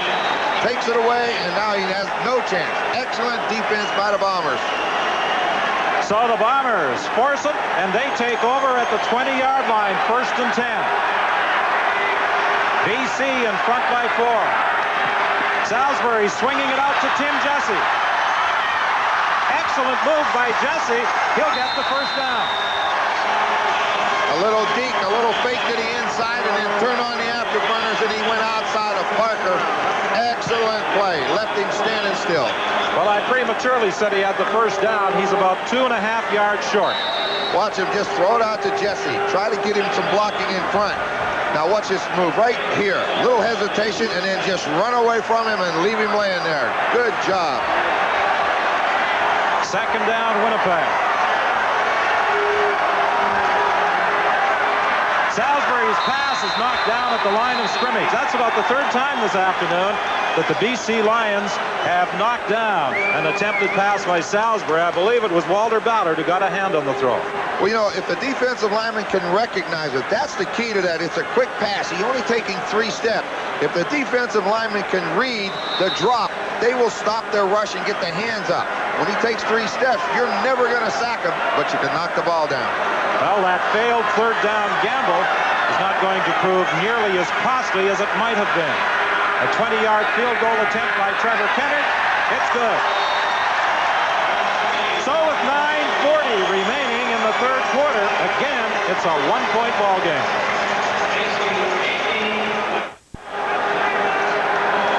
Trevor Kennard with his 3rd field goal of the afternoon, bringing the Bombers to within a single point, getting set to kick off. Winnipeg will be looking for better coverage on this one than on the kickoff to start this 2nd half. The ball bounces again to Drawhorn. And this time, Drawhorn does not return it nearly as far. It was Paul Flatney downfield, restricting his return to 7 yards. Scott? Well, Don, as you know, Buster Rhymes of the Bombers told us that receiver Randy Faby was out prior to the start of the 2nd half. Faby, after 5 minutes in the Winnipeg locker room, has just emerged onto the playing surface. Says he had a shortness of breath. He's had a cold all week, and as his heart rate went up in this pressure situation, he experienced a little bit of difficulty breathing, but he says he does want to come back in the 2nd half. We'll have to wait and see if he can. Don? And Winnipeg would certainly like to have him back in the 2nd half at that slot back position. Incomplete. It was intended for Jan Carinci. Dunnigan is looking at 2nd and 10. He hasn't had the success throwing the ball this afternoon that many thought he would. No, he hasn't. Not to cover for him, but that is a tough pass to throw. Sprint to your left. You don't know when that receiver is going to make the break, and when he's open, you have to throw it, and if you're not off balance, that's going to happen. It's going to go high, but you're exactly right, but you got to remember, the Bombers are excellent cover people. You got to give them a lot of the credit. Dunnigan fakes that hitch screen, now is looking deep. Carinci this time has got it. That was a good job by the offensive line because this takes forever to throw. Matt Dunnigan takes the ball and he makes that quick hitch again. What? There's the fake. Now he needs time. He's got Scott Leckie going deep, and then Carinci just turns upfield, and when the corner goes after Leckie, he goes right where the corner left, and he's all by himself. A gain of 23 on the completion to Jan Carinci. Back to the live action. Dunnigan throwing to the right side to Leckie. Another BC first down. He's taken out of bounds by Darrell Sampson. Now he threw this pattern to his left 2 plays ago and didn't work. This time he throws it. What Winnipeg's hollering about is it is a definite pick. I mean, there's not much doubt about it. The wide receiver goes down and just knocks the defensive back away. Scott Leckie was wide open. A product of the University of Guelph. He has a lot of support here in Ottawa for this championship game. BC with that hurry-up offense again. Sideline pattern. It's over the head of the intended receiver, Jan Carinci. He was being covered by Ken Petway. You see Dunnigan yelling to his offensive line and calling the play right there, although this time they are going to go into a huddle. I thought initially he may have decided to try and run that hurry-up offense again. Well, he needed to get Scott Leckie in a ball game. He has Jamie Terrace in there a lot of times on first down. Terrace is a blocker, but he's not a great pass receiver. He's got to have those gunners in there when you need the yards. Drop play with Anthony Cherry. He won't get the first down as he's tracked down by Benny Thompson.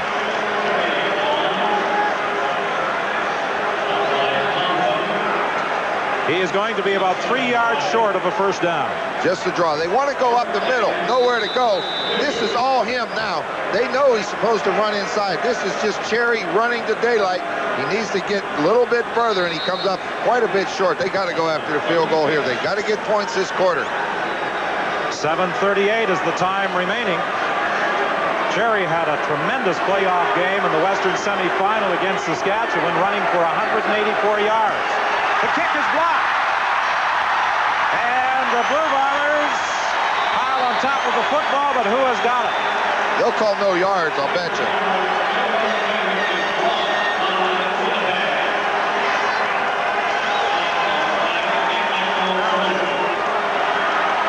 We talked about those special teams, Don.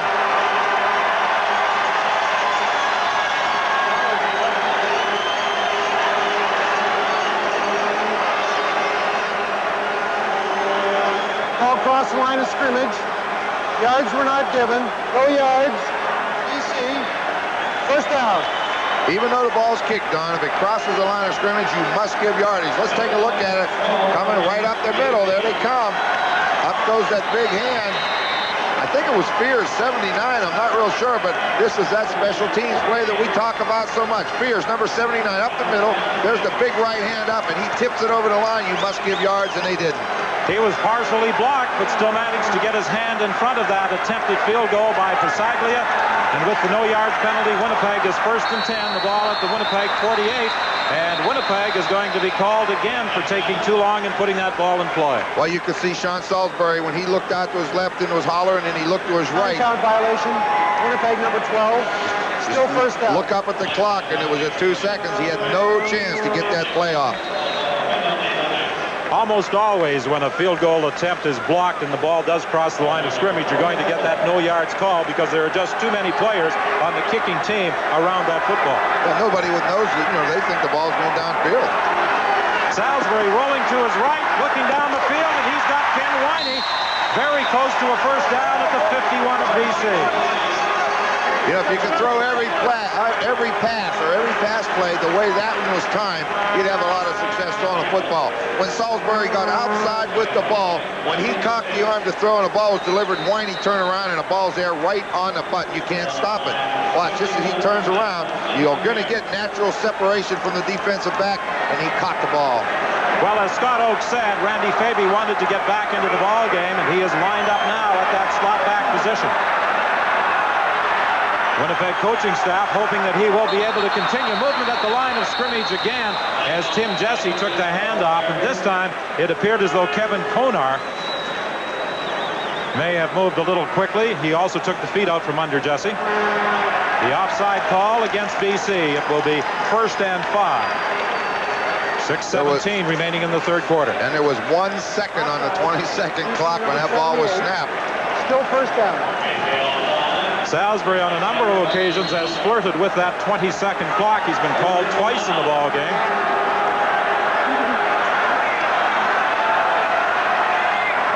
Winnipeg repeating the first down, this time with 5 yards to go. Hand off to Tim Jesse. He's going to try and get outside. Nick Vestaia was out in front of him trying to block, but Walter Ballard stuffed the play, and it will be 2nd and 5 Winnipeg. He may have even lost a yard. Well, just the way Salisbury came out from center, when he went out to his left, I think Tim Jesse lined up in the wrong position because Salisbury, watch him. He goes over here looking. Uh-oh, there he is. Now he hands him the ball. By now, it takes too long for him to get out there. But that's good pursuit by that defense right down the line of scrimmage and keep it to no gain.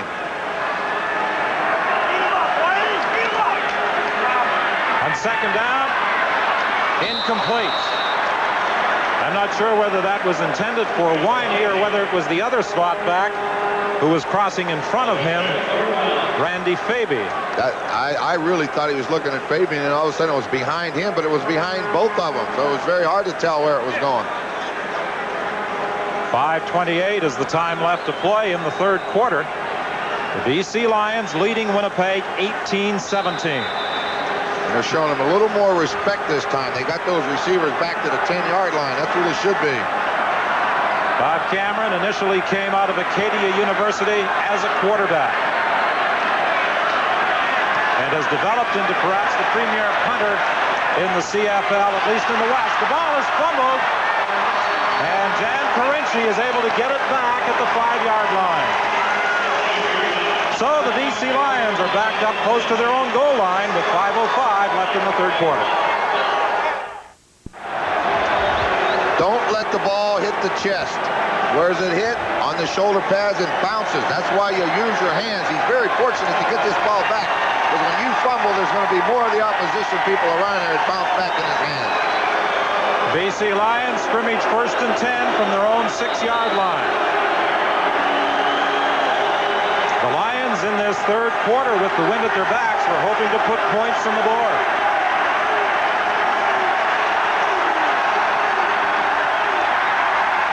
Dunnigan throwing deep down the sidelines. It's intercepted by Ron Hill.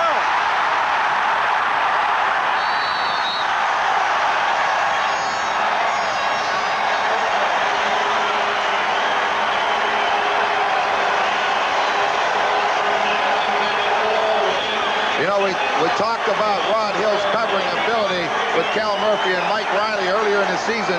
They say he sticks very close to the defender, or to the receiver. Now look at this.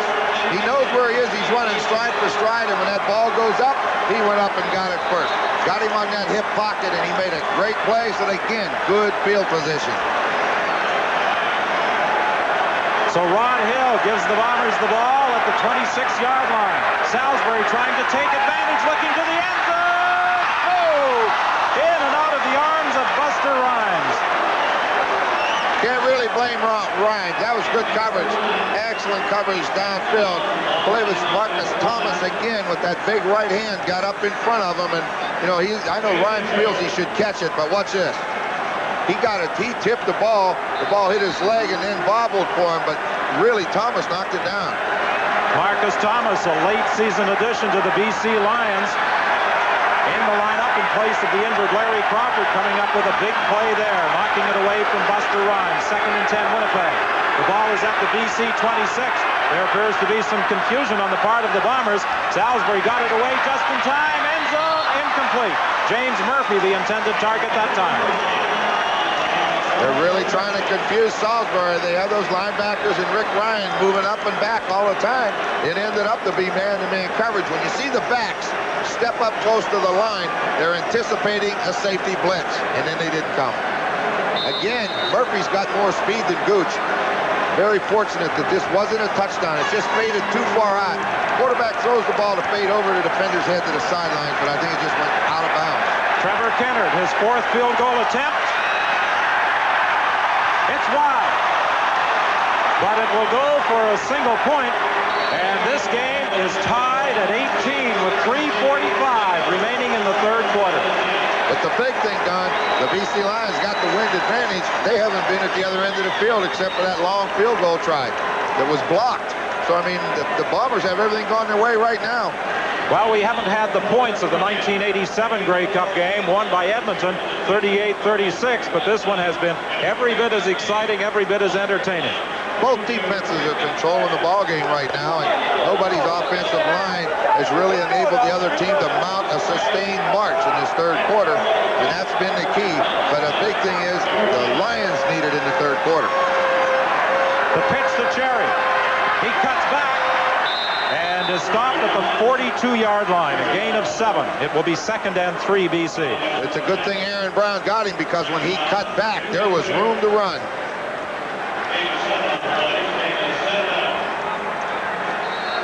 Well, this is what the BC Lions have done. They have not been able to move that football as easily as they did at stages in the second quarter. This is Tony Cherry, the ball carrier again, stopped by Darrell Sampson. And they are going to be about a yard short of a first down once again. Now remember, earlier in this third quarter, they gambled back at their own 20-yard line, didn't make it. This time, they are going to send in the kicking unit. You heard Coach Donovan tell Steve Armitage at the end of the first half, in order for them to win the football game, they got to get up under the pads. That means the offensive line's got to come up, get underneath the Winnipeg Blue Bombers, and blow them off the line of scrimmage and run the football. And every time they tried it the third quarter, the Bombers have shut them down. 2:48 is the time remaining in the third quarter. Bisaglia with an excellent third down kick. Petway lets it bounce over his head and into the end zone. It will result in a single-point BC.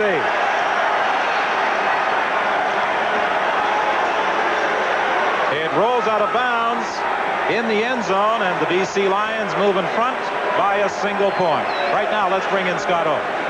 Don, I had a chance to talk to Rod Hill about his interception of the pass intended for David Williams. As you know, James Jefferson is the man expected by the Bombers to cover David Williams most of this game. It was just the third time in the game that Williams has lined up on Hill's side of the field. The first time the Lions threw a pass to him against Rod Hill, they probably will not try it again. Hill said he was licking his chops because he knows David Williams' tricks when they played together on the Los Angeles Raiders strike team in the NFL last year. 86 yards, the length of that Lou Bisaglia single for a 19-18 BC lead. Winnipeg 1st and 10 at the 35-yard line. Draw play. Tony Johns running for a first down. Anthony Drawhorn made the tackle on Tony Johns. He played in last year's Grey Cup game, but with the Toronto Argonauts. Everybody expects Jesse to carry, but look at the job the offensive line did. And then Tony Johns, not known for running ability, put an excellent move on Jeff Braswell and turned it into a big game. 1st and 10 Winnipeg. They are at the 50. This time it is Tim Jesse. He breaks one tackle, but can't get away from two other BC Lion defenders. Marcus Thomas was one of them, Kevin Konar another. He got 4 yards with it, but the big thing is only 1 minute and 30 seconds now under that left with the wind advantage to the Lions, and they've done nothing with it. So the Bombers have things going their way if they don't make any mistakes. Winning the toss may have been very key to the eventual outcome of this ball game. Seems funny to be decided yesterday. Second down, Salisbury's in trouble. He's down at the 40-yard line. Braswell will officially be credited with the sack, but it was Kevin Konar who got to him initially. Well, you saw the outside pressure coming. Now the quarterback will see the pressure. Watch, he'll see it coming here. Now he knows he's in trouble. He's going to run away from it, but when he comes, now he's in trouble because he doesn't have the speed, and the secondary rusher is going to sack you.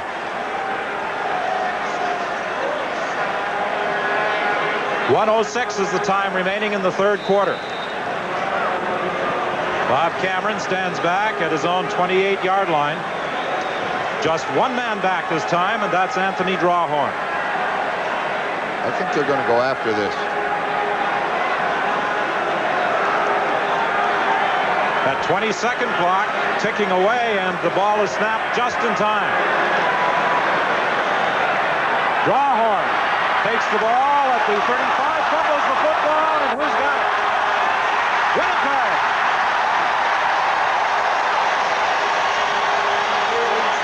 They've self-destructed just about. The last 3 possessions we saw a block punt, or a block field goal, an interception, and a lost ball and downs. Now a fumble. They're hurting themselves. I think it was Ken Haley who stripped the ball away from Drawhorn, and Wicklum appeared to get it. Well, number 24 was the first one there. Leon Hatziano was also in on the play, but it was Wicklum who recovered the ball, and Winnipeg retains possession. They are 1st and 10 at the 36-yard line with 32 seconds remaining in the third quarter. Salisbury with time, looking deep. and it's over the head of Buster Rhymes. A little bit of an interference call, but I know the referee's going to say it was an uncatchable ball. It was over the head of everybody. Ken Haley, the designated import for this Grey Cup game for the Winnipeg Blue Bombers. He was the first man downfield on that tackle, on that punt that Winnipeg recovered.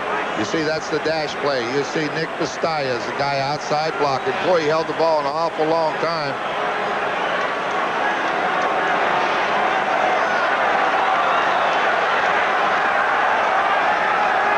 Second and 10 from the 36. The draw play with Tony Johns. He isn't going to go anywhere. Kevin Konar is the first man to make contact. He has really played a strong game for the BC Lions. They always play strong games for him. He's an outstanding football player. Has always been very underrated, a lot like Don Moen of the Toronto Argonauts. But you know, the big thing about it right now, the Winnipeg hasn't been able to do anything. The BC Lion defense is trying to take control while their offense is self-destructed. Yes, Konar is one of those underrated players in the CFL, but he has really done a job for the BC Lions for the last few years and in this Grey Cup game. This will be the final play of the third quarter, barring penalty. BC leading by a 19-18 margin. It could be tied. It will be. Bob Cameron with another fine kick against that wind of 48 yards. And with 15 minutes remaining, the Lions and the Bombers are all even.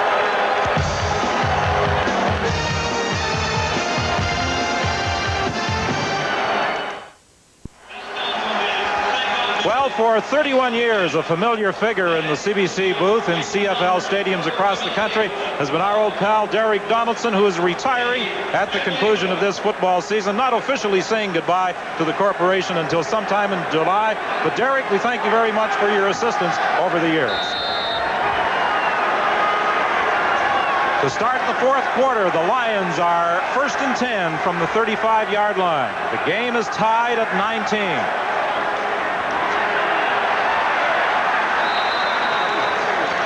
Tony Cherry struggles out to the 40-yard line. Stopped there by Willie Fears. Winnipeg defense put their three down. A lot of the three-down linemen in close. Take those linebackers out, widen the ends, try to force them to run inside where you have help to make the tackle. So far, it's been pretty effective on that running game of the Lions.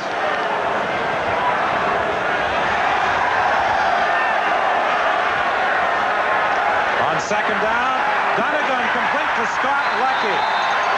Very vital reception there for the product of Guelph.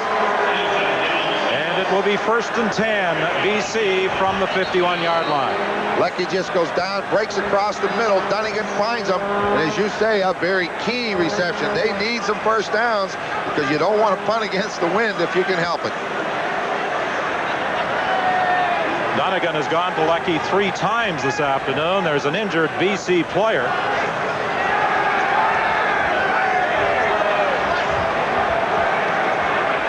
It appears to be Cherry or Parker. I'm not sure at the moment.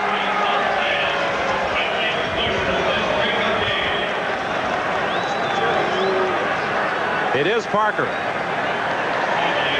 Anthony Parker, the injured player, and I'm sure the BC Lions are quite relieved to see that he is up and jogging off.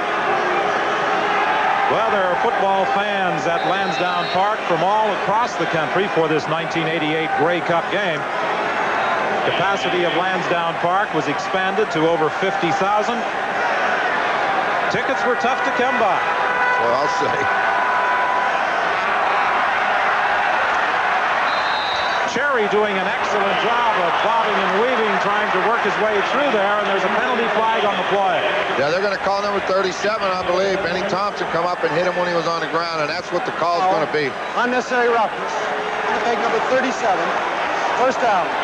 Excellent job of running. He had nowhere to run. Watch him dance around. He finally gets a little bit of room to run. The tackle's made by Aaron Brown, and along with help now.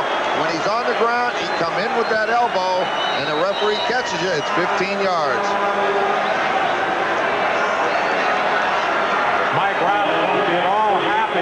penalty call, because one of the things he stressed to his team coming into this championship game was avoid foolish penalties. The reverse to Cherry. Excellent open field tackle by Ramel Andrews. Well, that was a great play, Don. If he gets outside of Andrews, it's 2-on-2 to the goal line. 2 white jerseys blocking against 2 blue ones. With Cherry's acceleration, he could have been gone. Cherry tried to set him up, too. He gave him an inside move, and watch him. He's going to come right at you. All right, there. Little fake. Here comes the statue. Now, watch number 76 with Parker. He's going to give him an inside move right here. Now, try to go around him. He just dives out and gets him by the legs. That's great defense. Dunnigan looking deep. Incomplete. David Williams was his target on the sidelines, and he threw it over his head. 12:51 remaining in the ball game. BC and Winnipeg tied at 19.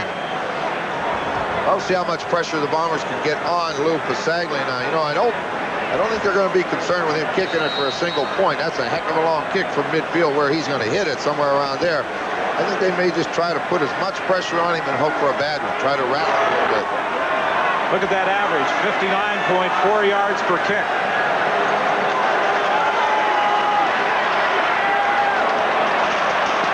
This one bounces back towards the line of scrimmage. Terry Cochran takes it on the run and returns it to the 33-yard line. That's where Winnipeg will scrimmage 1st and 10 after that 15-yard Pasaglia kick. Well, the big question in Ottawa all week was, do you have any tickets? 50,604 in attendance, a complete sellout at Lansdowne Park, and that has to please the outgoing commissioner of the Canadian Football League, Doug Mitchell. Winnipeg, 1st and 10 following that Lou Pasaglia kick. The Bombers at their own 33-yard line. Here comes Stewman after Salisbury. He's got him. He had to expect that, Don. If you just look down on the field, the way the BC Lions were lined up, they were coming. He didn't see Stewman coming from the backside, but boy, they were up tight. Stewman came unblocked, coming from right on the right side. No one touches him. Salisbury doesn't see him yet. Very fortunate he doesn't fumble the football. Well, as Stewman himself said, when you play that outside defensive end position, you're in a high-profile job. That time he did it properly. Salisbury throwing over the middle. It's incomplete. He was looking for Ken Whining, and Winnipeg will be forced to kick again, but this time with the win. Salisbury has only managed 1 completion in the second half of this ball game. The score is tied at 19. Winnipeg in the 3rd quarter forced 3 turnovers, and yet they were able to come away with just 5 points. I don't think that's real bad because of the fact they got the win. It's what they do right now. They've got a game. When they punt this football, Cameron's got to get them some field position so they can keep creeping down, because it's very difficult to move it against the wind, but you like to get touchdowns when you get turnovers. High snap. Cameron has to haul it down, and he gets away a fine kick. There's a penalty flag downfield. Drawhorn on the return. There's another flag. He's been doing a fine job all day of returning kickoffs and punts. We'll sort out those penalty calls when we return to Lansdowne Park. After a brilliant first half performance, neither of the receiving stars of the respective teams has caught a pass in the second half. Kind of surprising, isn't it? Everybody was anticipating them going to the 2 game breakers again. Not getting much action, and I know this, neither one of them are very happy. There was a holding call on the return by Drawhorn that wiped out his run back and took the ball back to the 31-yard line. You know, we said earlier that the coin toss may very well have decided the outcome. Winnipeg won the toss. They deferred their choice to the second half. In the second half, they chose to take the wind in the 4th quarter. And that meant winding the ball to BC, and they haven't done anything with it. Parker tries, but he is stopped at the 40-yard line. Once again, Jamie Terrace, 23, comes in for the BC Lions at slot back in place of Scott Leckie, and he's the strong blocker, 6'2", 230 pounds. But Ramel Andrews beat him once again at the line of scrimmage. Andrews is about 6'5", 260. That's a pretty tough guy to run at. Well, during the course of the regular season, we picked the game star. I'm glad we haven't got that task in this Grey Cup contest because there have been a number of brilliant individual efforts. Dunnigan's in trouble. He'll go down back at the 25. I was very disappointed in the receivers of the BC Lions. Jan Corinci, Dave Williams, they're on the other side of the field, and Dunnigan is scrambling for his life over here. You got to come over here and help him. He had nothing to do with the ball. Well, two individuals who really didn't figure prominently in Winnipeg plans with just 2 games left in the regular season come up with a big play here, Ramel Andrews and Delbert Fowler. That's a great play by the Bombers, but you got to help the quarterback out, or that's what's going to happen to him. They're going to knock him around. Now look where they're punting from. Field position to the Bombers. Remember the last time against the Wind, Bisaglia only kicked it 15 yards. Oh. This is a good one. Petway back to his own 38.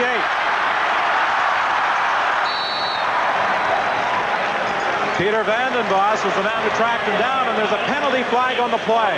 That's downfield after that 41-yard kick and 6-yard return by Petway.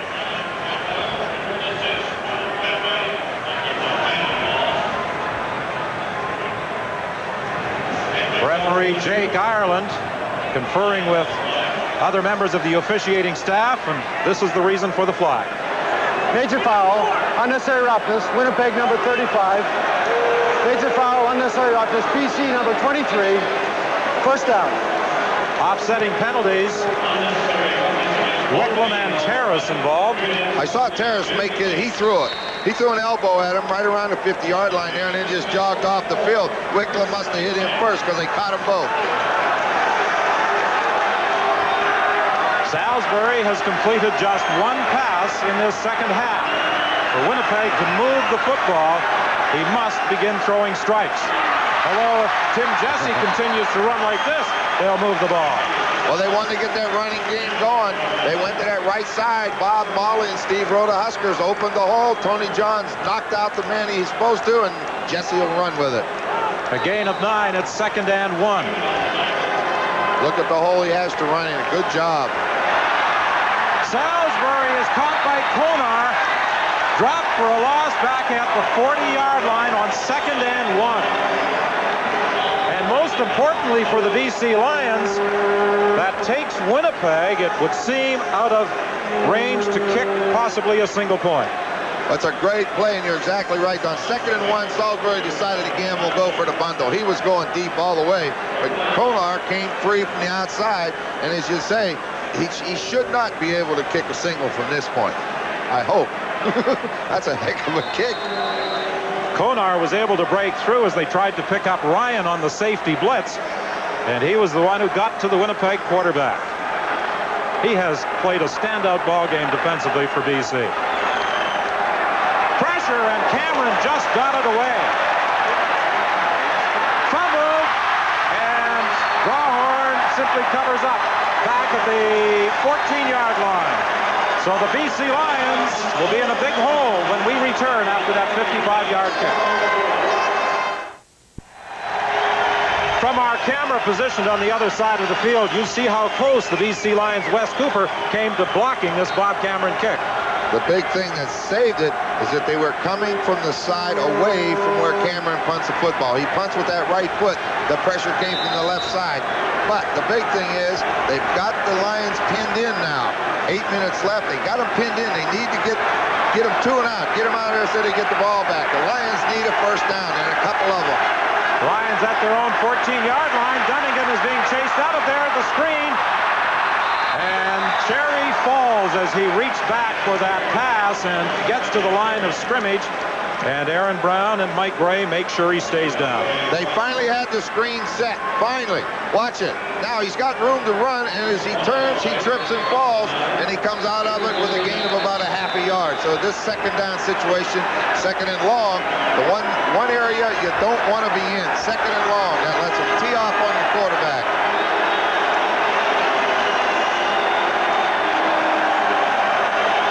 Is the time remaining. 2nd and 9 for the BC Lions. The Winnipeg Blue Bombers trying to come up with another big defensive play here to force the Lions to kick the ball. If you're thinking about overtime, the last time and the only time a Grey Cup game has not been decided after 4 quarters was 1961, when in overtime Winnipeg beat the Hamilton Tiger Cats. Donegan throws the strike to Jan Karinci for a first down out to the 33-yard line. And a key strike it was, Don. When you're looking at second down and 9 and you're throwing from your 5-yard line, you need that first down. And he delivered it right on the money to Karinci coming from left to right. Watch him throw that one. Right on the 2 and the 7, and it's a big first down for the Lions. Many times you look back at a football game and count the number of second down conversions. They can tell you the story as to which team wins a ball game. Karinci again, he has been a favorite target all afternoon up to the 45-yard line, stopped by Ken Petway. Don, we've said many times, a quarterback gets paid to convert second downs. When you convert them, that's a first down, and it enables you to keep drives alive. And there was none bigger in this football game than that one that Donegan just hit to Karinci. The BC Lions now at their own 45-yard line. 7:06 is the time remaining. Cherry stopped right at the line of scrimmage and driven back by Willie Fears. They've tried a couple times to run the oldest playing football, just a straight-ahead dive, a pop, whatever you want to call it. He hit in there and tried to bounce outside. Fears got that hand underneath and just upset him. Well, moments ago, we alluded to those second down conversions. Another one faces Matt Donegan. Last time they didn't put the blitz on second and down and long. Let's see if they do this time. Donegan with all sorts of time, can't find anybody. Knocked away by Darrell Sampson. Jan Karinci was the intended receiver, and the BC Lions will be forced to send out the punting unit. The Lions wanted a pass interference call there, but I believe the ball was out of bounds anyway. No one was going to get it. Watch this. When he throws it, the wind's going to get it. Now, they want the interference call right here. They think that should be pass interference. Ball's batted out of bounds. The big thing, Donegan didn't take the sack. He got rid of the football. So really, he bought himself like 35 yards of field position when he converted that 1 second down. 6:24 is the time remaining.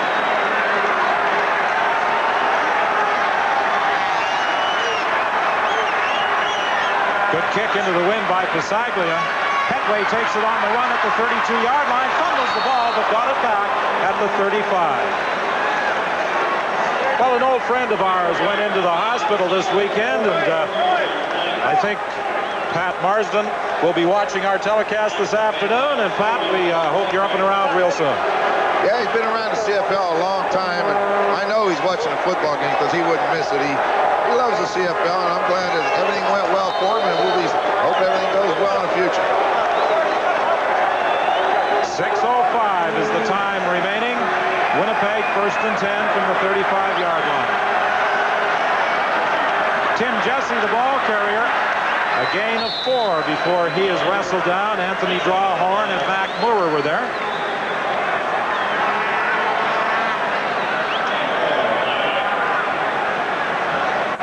Neither side has been able to do much in this second half. Only 9 points scored in the third quarter. And so far, neither side has been able to put a point on the board in the fourth. I think it's a tribute to both defenses. They seem to be controlling the football game right now. Salisbury rolls out of there. Throws down the sidelines. It's incomplete. He was looking for Ken Winey. And Andre Francis was over there defending against him. Greg Stuman was the linebacker who put the pressure on quarterback Sean Salisbury. He put the pressure on him, and when he cocked the arm to throw the first time, Andre Francis was right with him. There was nowhere to throw the ball. Then when he pulled it down, then naturally, Greg Stuman's going to get the pressure, but excellent coverage downfield. As we said earlier, both secondaries are great at one-on-one coverage. The Lions put pressure on Cameron the last time he lined up in punt formation. Let's see if they go after him again. This one they almost get again. This ball takes a bounce. Drawhorn watches it come back towards the line of scrimmage. And now looks for some blocking help, but he doesn't get any further than the 20-yard line. A 57-yard kick, but the BC Lions on the last two Bob Cameron punts have come very close to blocking it. Watch Andre Francis, number 14. Watch this. If Bob Cameron's left-footed, it's blocked. He's very, very fortunate. You know the surprising thing here, as hard as the wind's blowing, you'd have thought that ball would have hit and just took off. It hit and came back. 4:47 is the time remaining, with the score tied at 19. Williams on the sidelines. He was out of bounds. But we saw a demonstration there of his ability to go up and get the football, and that's all Dunnigan did was lob it up there. Coach Papadilla was now telling me the other day at the breakfast, the Bomber breakfast, anytime you get one-on-one coverage, Williams and anybody, he's not just our corners, anybody, if it's one-on-one, Dunnigan will gamble and throw it up there because he's a great leaper, great basketball player. One-on-one, he'd go up and get it. Well, that time clock now is all important. Here's the draw play with Dunnigan. He won't get the first down. Willie Fears and Ramel Andrews were able to recover. And the BC Lions will send out the punting unit again. Well, the quarterback draw again. You see him leading. There comes Parker, tries to make the block, but coming from the backside, they pull him down. And now he didn't convert a first down, which means he's going to give up great field position to the Bombers on this kick.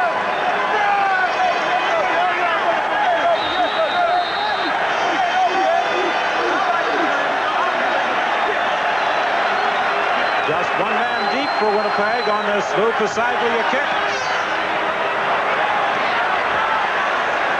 It'll bounce back to the line of scrimmage, and it's taken by Michael Allen. And there's a penalty flag. No yards will be the call. Michael Allen has been such a key man all season on Winnipeg special teams, and that time, after the 14-yard kick, he caught at least two players within that 5-yard area. He only weighs 165 pounds. I think he does a tremendous job for them. No yard. BC number 21. First down.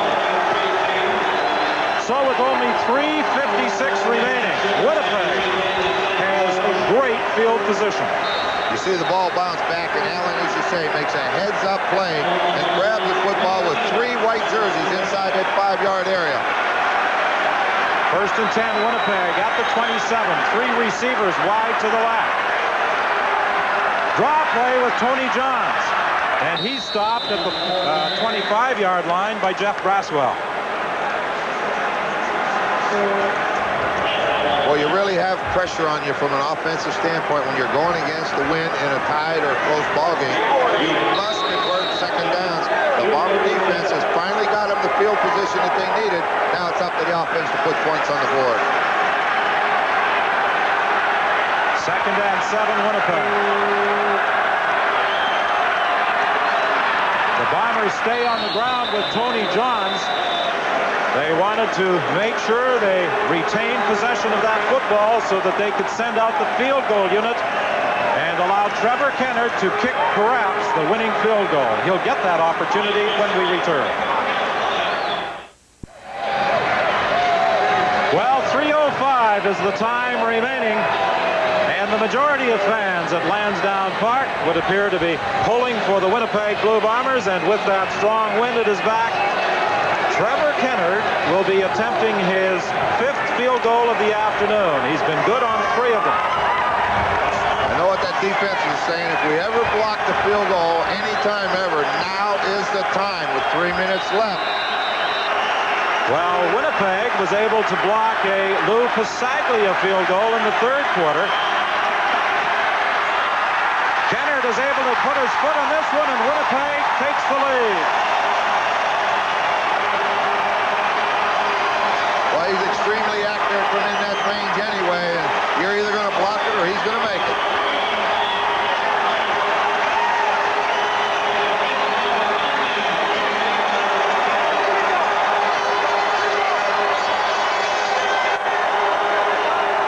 Watch the reaction of 35-year-old Mike Riley.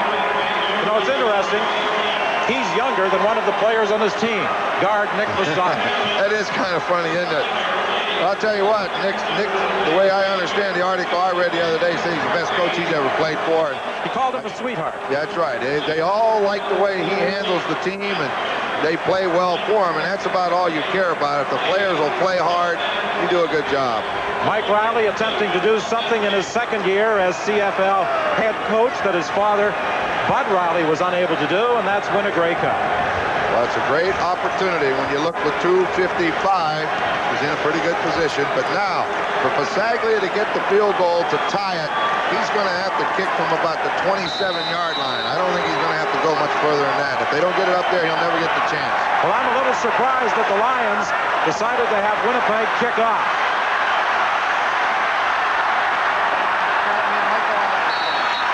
Michael Allen is down there to make the tackle with help from Paul Platney. And Tony Cherry did not get back to the 35-yard line where the BC Lions would have scrimmaged. It's right on the 35. So they lost a couple seconds. I guess he fell forward, but that is surprising. 2:47, you're almost into 3-down football. You've got to move the football. I initially didn't think he got back to that 35-yard line. I didn't either. Here's Cherry carrying the ball. He breaks into the clear.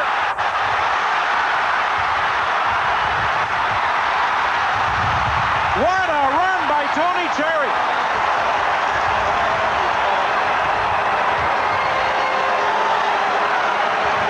A 52-yard gallop.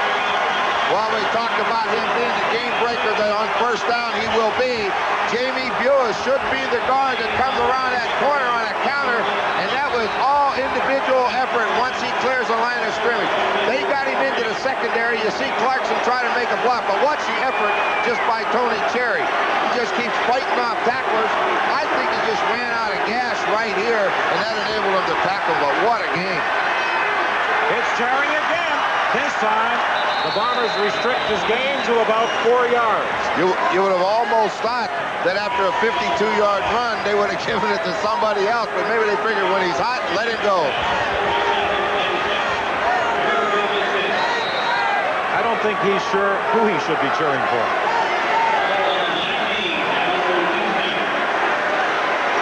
.208 is the time remaining.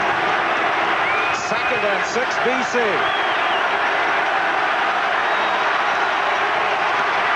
Penalty flag. I think Winnipeg was offside. Williams was the intended receiver, but I think Winnipeg was offside. Yeah. You see the reaction of Dunnigan. You know they were offside.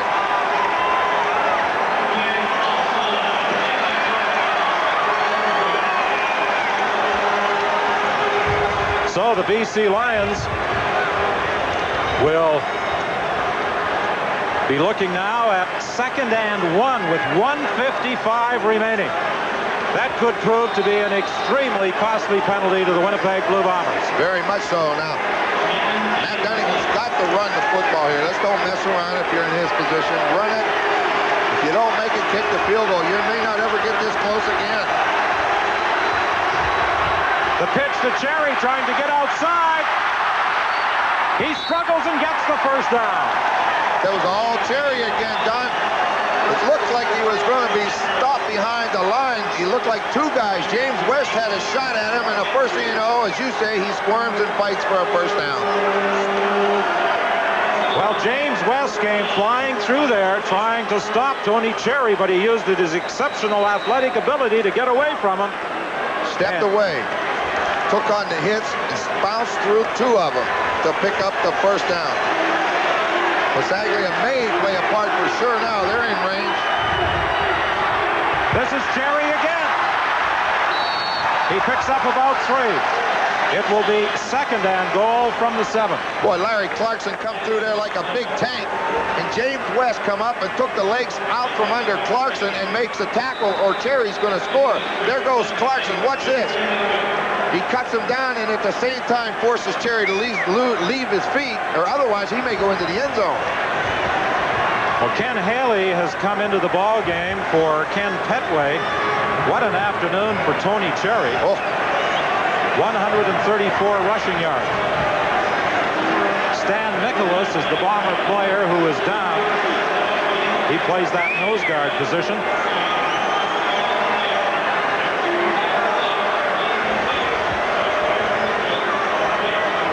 He missed about 5 games earlier in the season with a broken thumb, and he wears a rather large protective cast on that arm. It seems here, the way they're working on him, that he may have a cramp.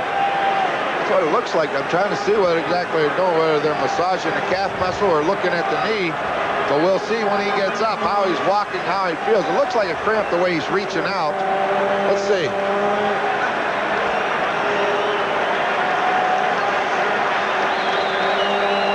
He will have to go out for 1 play. So that means Leon Hatziano comes into the ball game. 1:45 is the time remaining. Winnipeg leading 22-19. Right here, Don, I really believe they're going to try to get Matt Dunnigan outside with the football run or throw option and let him do what he thinks is best. The big thing they don't want to do is turn it over and not get the chance at the field goal.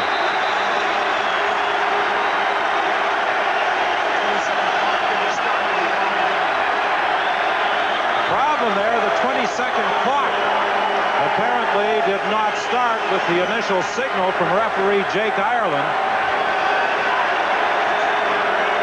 And there's going to be a further delay, even though the BC Lions have moved up over the football. Jake Ireland conferring with the timekeeper. I think he wants 10 seconds put back on the scoreboard clock here at Lansdowne Park.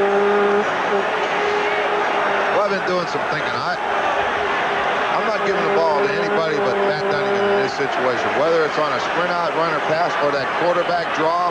But somehow, don't take themselves out of the chance to kick this field goal. 1:45 on the clock. Here we go. So this is the second down play. Dunnigan looking into the end zone. It's deflected. Intercepted by Winnipeg's Michael Gray.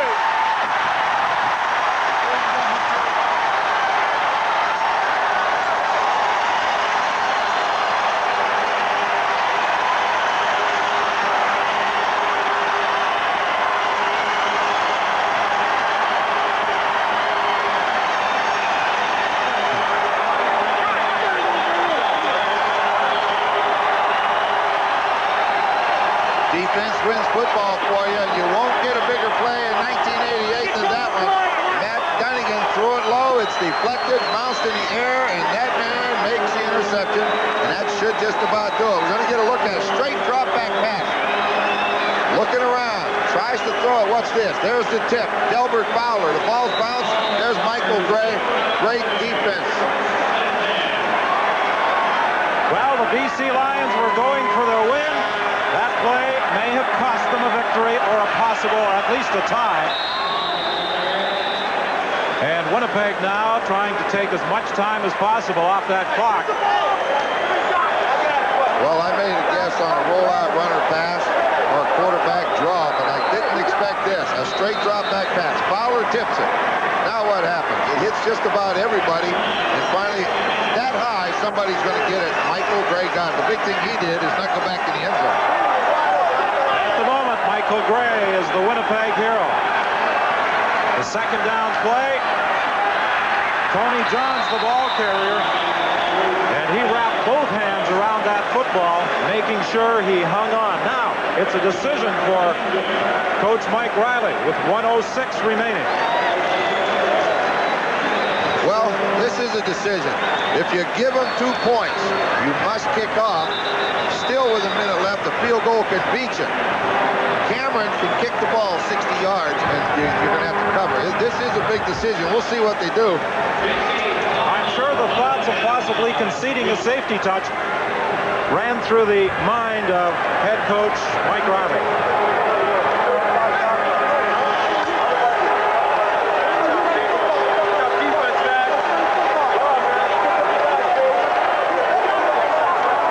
Well, the decision's made now.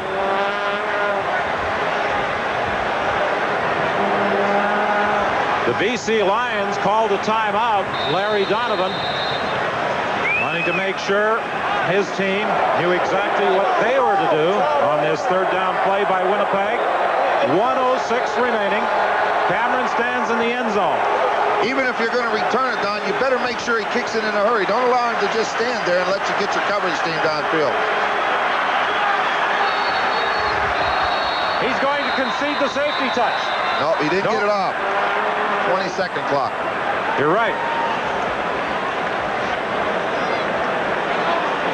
Yeah, the 20-second clock going on him. Time count violation. Winnipeg number 6. Still third down. Well, maybe they did that now. If they had any second chances or want to make another decision, that gives them another chance. That really didn't hurt them. No time went off the clock because there was a timeout. So they're still 1:06. Well, let's see what the Winnipeg Blue Bombers had planned. Yes, Cameron is going to concede that safety touch. And he's going to take some time off the clock before he does it. As a matter of fact, he runs partway up the stands at that south end of Lansdowne Park, or west end of Lansdowne Park.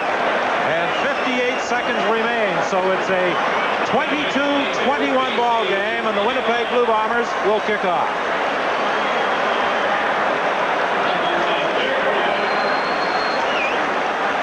That was the decision that Coach Mike Riley had to make, whether to have Bob Cameron punt, and I think that was a wise decision in view of the fact that on 2 occasions in this fourth quarter, when Cameron punted, the BC Lions came dangerously close to blocking him. And not only that, but Drawhorn made a couple excellent returns. Now, we know in the last one he might have dropped the ball back there because of the wind, but the big thing was now you get to get your team set. They're going to force them to kick off from the 35-yard line. 58 seconds left against the wind. It's a tough, tough job right now for the BC Lions. Well, I'm sure there are a lot of football fans, particularly those in BC, who might be questioning that decision by Coach Larry Donovan when the Lions were second and goal down at the 7-yard line, and Matt Dunnigan opted to throw rather than BC run the football and guarantee themselves at least a shot at a field goal to tie. The thing we don't know is who makes the calls. You know, Dunnigan may make the calls himself, but that is going to be the #1 question that's going to have to be answered when this football game is over, because you don't turn it over when you have a chance to tie the game with a minute left. 58 seconds on the clock. Trevor Kennard getting set to kick off, waiting for the signal from Jake Ireland.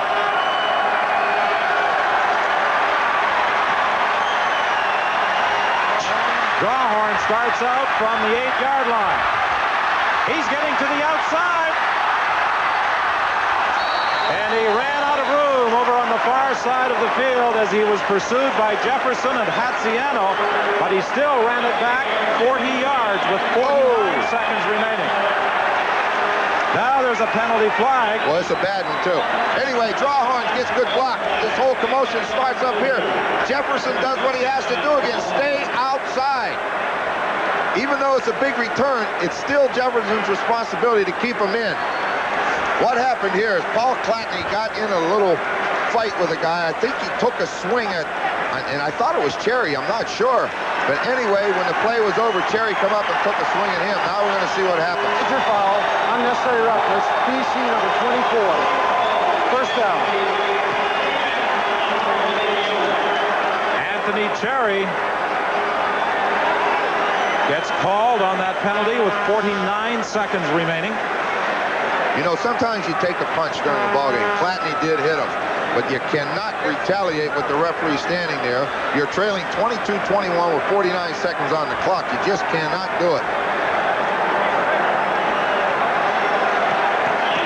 The bulk of the scoring in the opening half, who would have believed the way these teams played the first 30 minutes that they would only manage to score 14 points in the second half.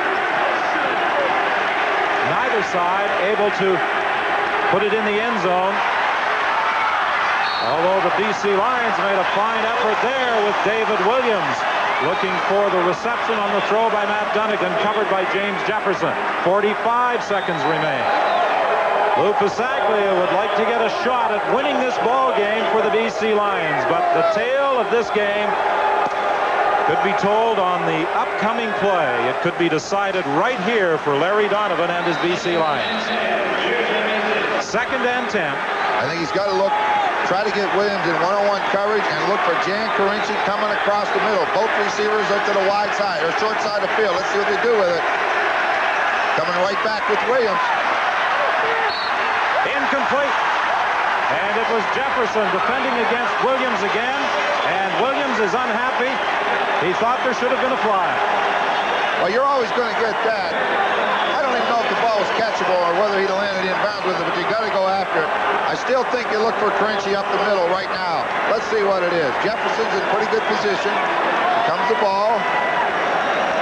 He may have a pretty good point. It was hard to tell from over here. He might have had a shot at that one. But this is it right now. It's now or never.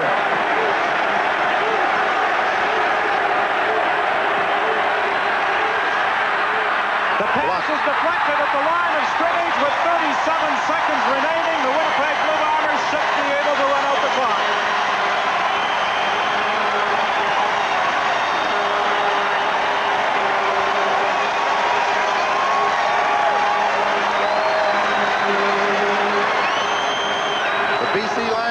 The Winnipeg Blue Bomber defense has done it all. Watch him again. He tries to hit Scott Leckie coming across on that over-under pattern, and again, Willie Fears gets that big hand up, 6'4", and he's the one that bats the last chance away. Watch when he throws it. Number 79, down he goes, very dejected. Got to be a little disappointed when you lose it. Yes, over on that BC Lion bench, the expression on the face of head coach Larry Donovan and the players pretty well tell the story of the final seconds of this ball game, and it looks as though the Grey Cup will be heading for Winnipeg for the 2nd time. In the 1980s, they won in 1984. Sean Salisbury drops to a knee, 35 seconds remaining. Winnipeg all set to celebrate. The big thing is the Lions have used their timeout. So Sean Salisbury can take this down to around 20 seconds. Kneel once, kneel again, and it's all over. And for all you fans in Winnipeg, the Blue Bombers will be arriving home tomorrow afternoon at 1:03. And we're informed that on Tuesday, there will be a parade from Portage and Memorial to Main Street and then north to City Hall starting at 12 noon. That's on Tuesday. And the public reception is planned in the City Hall courtyard after the parade on Tuesday. Well, I think one of the happiest people in our viewing audience today resides out in the Okanagan Valley. That's Bud Riley, the father of the Grey Cup winning coach Mike. And this ball game is over. The Winnipeg Blue Bombers, the underdogs as they were last Sunday, have come through with a 22-21 Grey Cup victory. And deserved. Their defense came up time after time when everybody, I'll tell you what, they shut that running game down about as well as you can. Tony Cherry ran for over 100 yards, but still that Winnipeg defense did the job. Larry Donovan going over to congratulate Mike Riley, two coaches who did tremendous jobs with their teams in the latter half of the season. Both sides had numerous changes in personnel, and Mike Riley gets wet again here at Lansdowne Park, but I don't think he's at all disappointed as he takes the shower prematurely. And he accepts congratulations from the members of his team. He is held in extremely high regard by all the players. As you referred to, Nick Vastaya, the veteran guard, in an interview earlier this week, called him a sweetheart. Standing by down on the sidelines, let's join Scotto. All right, Don, I'm with the hero of the Winnipeg victory. It was defense all the way for the Bombers, and there was no play bigger than Michael Gray's interception late in the 4th quarter. Have you ever had a bigger play than that in your entire career, sir? No, I have not. Last week I thought I played the best game of my career, but I'll tell you, that catch, the ball stayed up there for 4 minutes, I thought. It was a big play, and God, thank you very much. All right, now you're the Grey Cup champions. Congratulations, Michael. Don? All right, and we're getting set for the presentation of the Grey Cup. It gives me great pleasure to present this trophy to the Grey Cup champions. C'est avec une grande joie que je présente ce trophée aux champions de la Coupe Grey.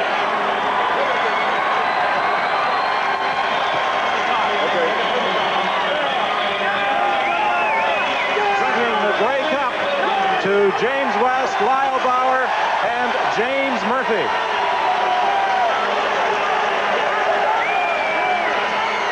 Very exciting. I'll tell you, they deserved it.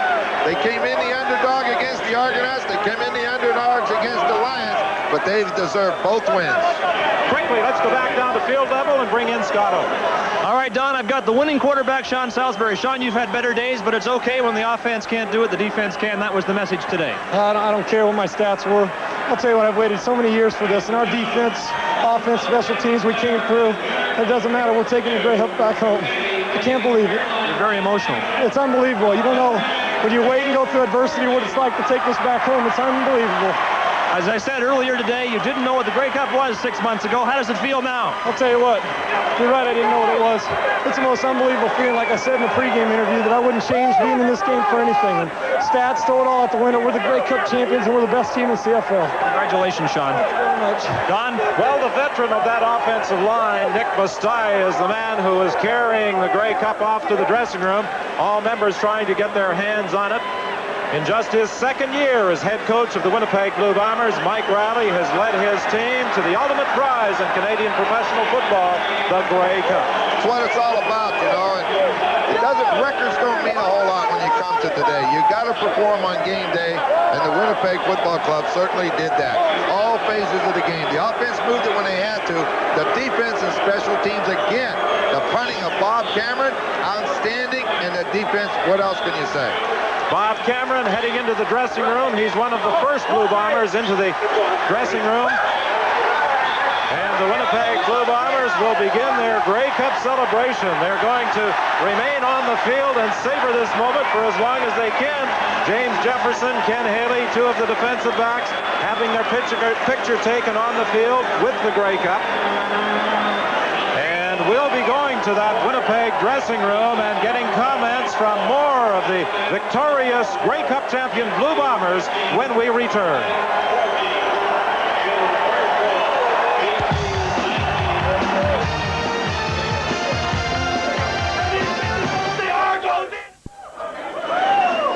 The celebration here in the Winnipeg Blue Bomber dressing room is underway. It is pandemonium, and well it should be. The Blue Bombers have won a very, very exciting Grey Cup game here at Lansdowne Park in Ottawa. And we have the winning coach with me now, Mike Riley. Mike, congratulations on a super game. That was a great game, Steve. It was a great game by the Lions. It was a great game by the Bombers.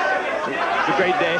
Mike, if there was a turning point in this one, I think it was in the third quarter, and it was the 4 big plays that your defense came up with. Boy, I tell you what, our defense played unbelievable against an outstanding offense. I mean, they can go all the way on every play. Mike, you are about to get a champagne shower here.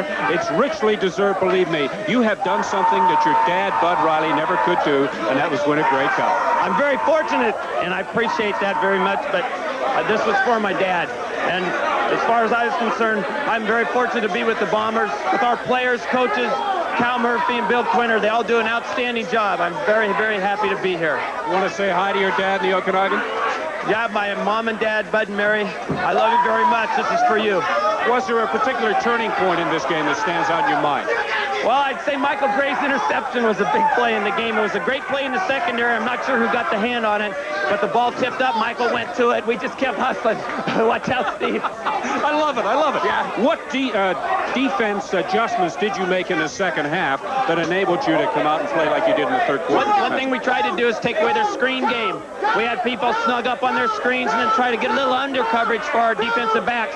I tell you, our corners were left man on man almost the whole game. They did a great job covering their wide receivers all day long. Mike, there must have been times this year when you wondered if you'd ever be in a Grey Cup game. Oh, there's no doubt there was times that we wondered if we'd be here, but we never gave up trying. Our players hung with us. Coaches kept working, and Bill Quinter and Cal Murphy kept looking for the right players to bring in here. So it was a tribute to everybody. Mike Riley, congratulations on a super game. Congratulations on a great Grey Cup victory. Thanks a lot, Steve. Mike Riley, the head coach of the Winnipeg Blue Bombers, with me now. The outstanding Canadian in this game, Bob Cameron. Bob, congratulations. Super game. Thanks a lot, Steve. I don't know what to say. I'm so excited. I thought it was great the first time, but this is unbelievable. We were down so much during the year to come back and have this happen to us. It's just amazing. What makes this one so special compared to the first one? There we go again, folks. Oh, Jesus. Ah! I can tell you, that stuff is cold. Whoa. I'll tell you, this one, we had a team that was a lot of veterans in '84 that we were supposed to win, and we did. This team, no one gave us a chance. It's just incredible the way we came together. I got to commend our team and our coaching staff, Mike Riley and everybody, and my buddy, the other kicker here. All right, Trev! Okay, give me the secret of kicking into the wind. You did it so well. I just got lucky. I hold the ball low and hope the heck I kick it down the field. There's really no secret to it. I get guys blocking well for me all day long, and I had enough time to get them off, and it's just sweet. It's just so sweet. Okay, Bobby, congratulations. We got Trevor Kennedy. Trevor, 4 field goals, an outstanding game. Steve, what we have to do here is give credit to Dan Wicklund. Dan Wicklund, rookie center, snapped the ball perfectly on field goals and on punts. He did a great job all season. Bob Cameron, the holder. Without him holding it, I'm nothing. Wicklund and Bob Cameron. Also, Mike Riley's call, giving up 2 points. The other end of the football game, having us kick off was genius.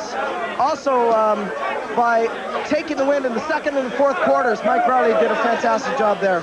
Trevor Kennedy, congratulations on a great game. We'll be back with more of the celebration here in the Winnipeg dressing room right after this.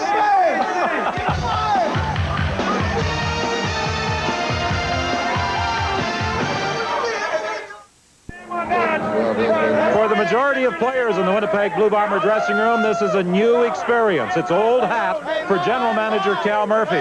1 as an assistant coach with Montreal, 5 as an assistant coach with Edmonton, 1 as a head coach with Winnipeg, and now 1 as general manager. Does it get any easier, the tension in the press box in the final seconds? I think today was about as tense as one could have it. You know, we had some tense ones, I guess, when I think back to Ottawa and ourselves in Edmonton, that type of thing, but today was the tensest, I think, of them all.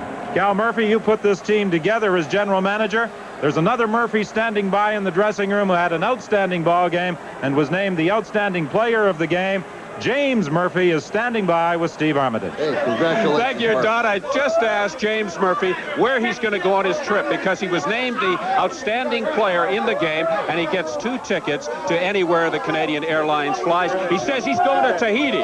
James, you deserve that trip. Hey, I'd like to take this fella down here with me.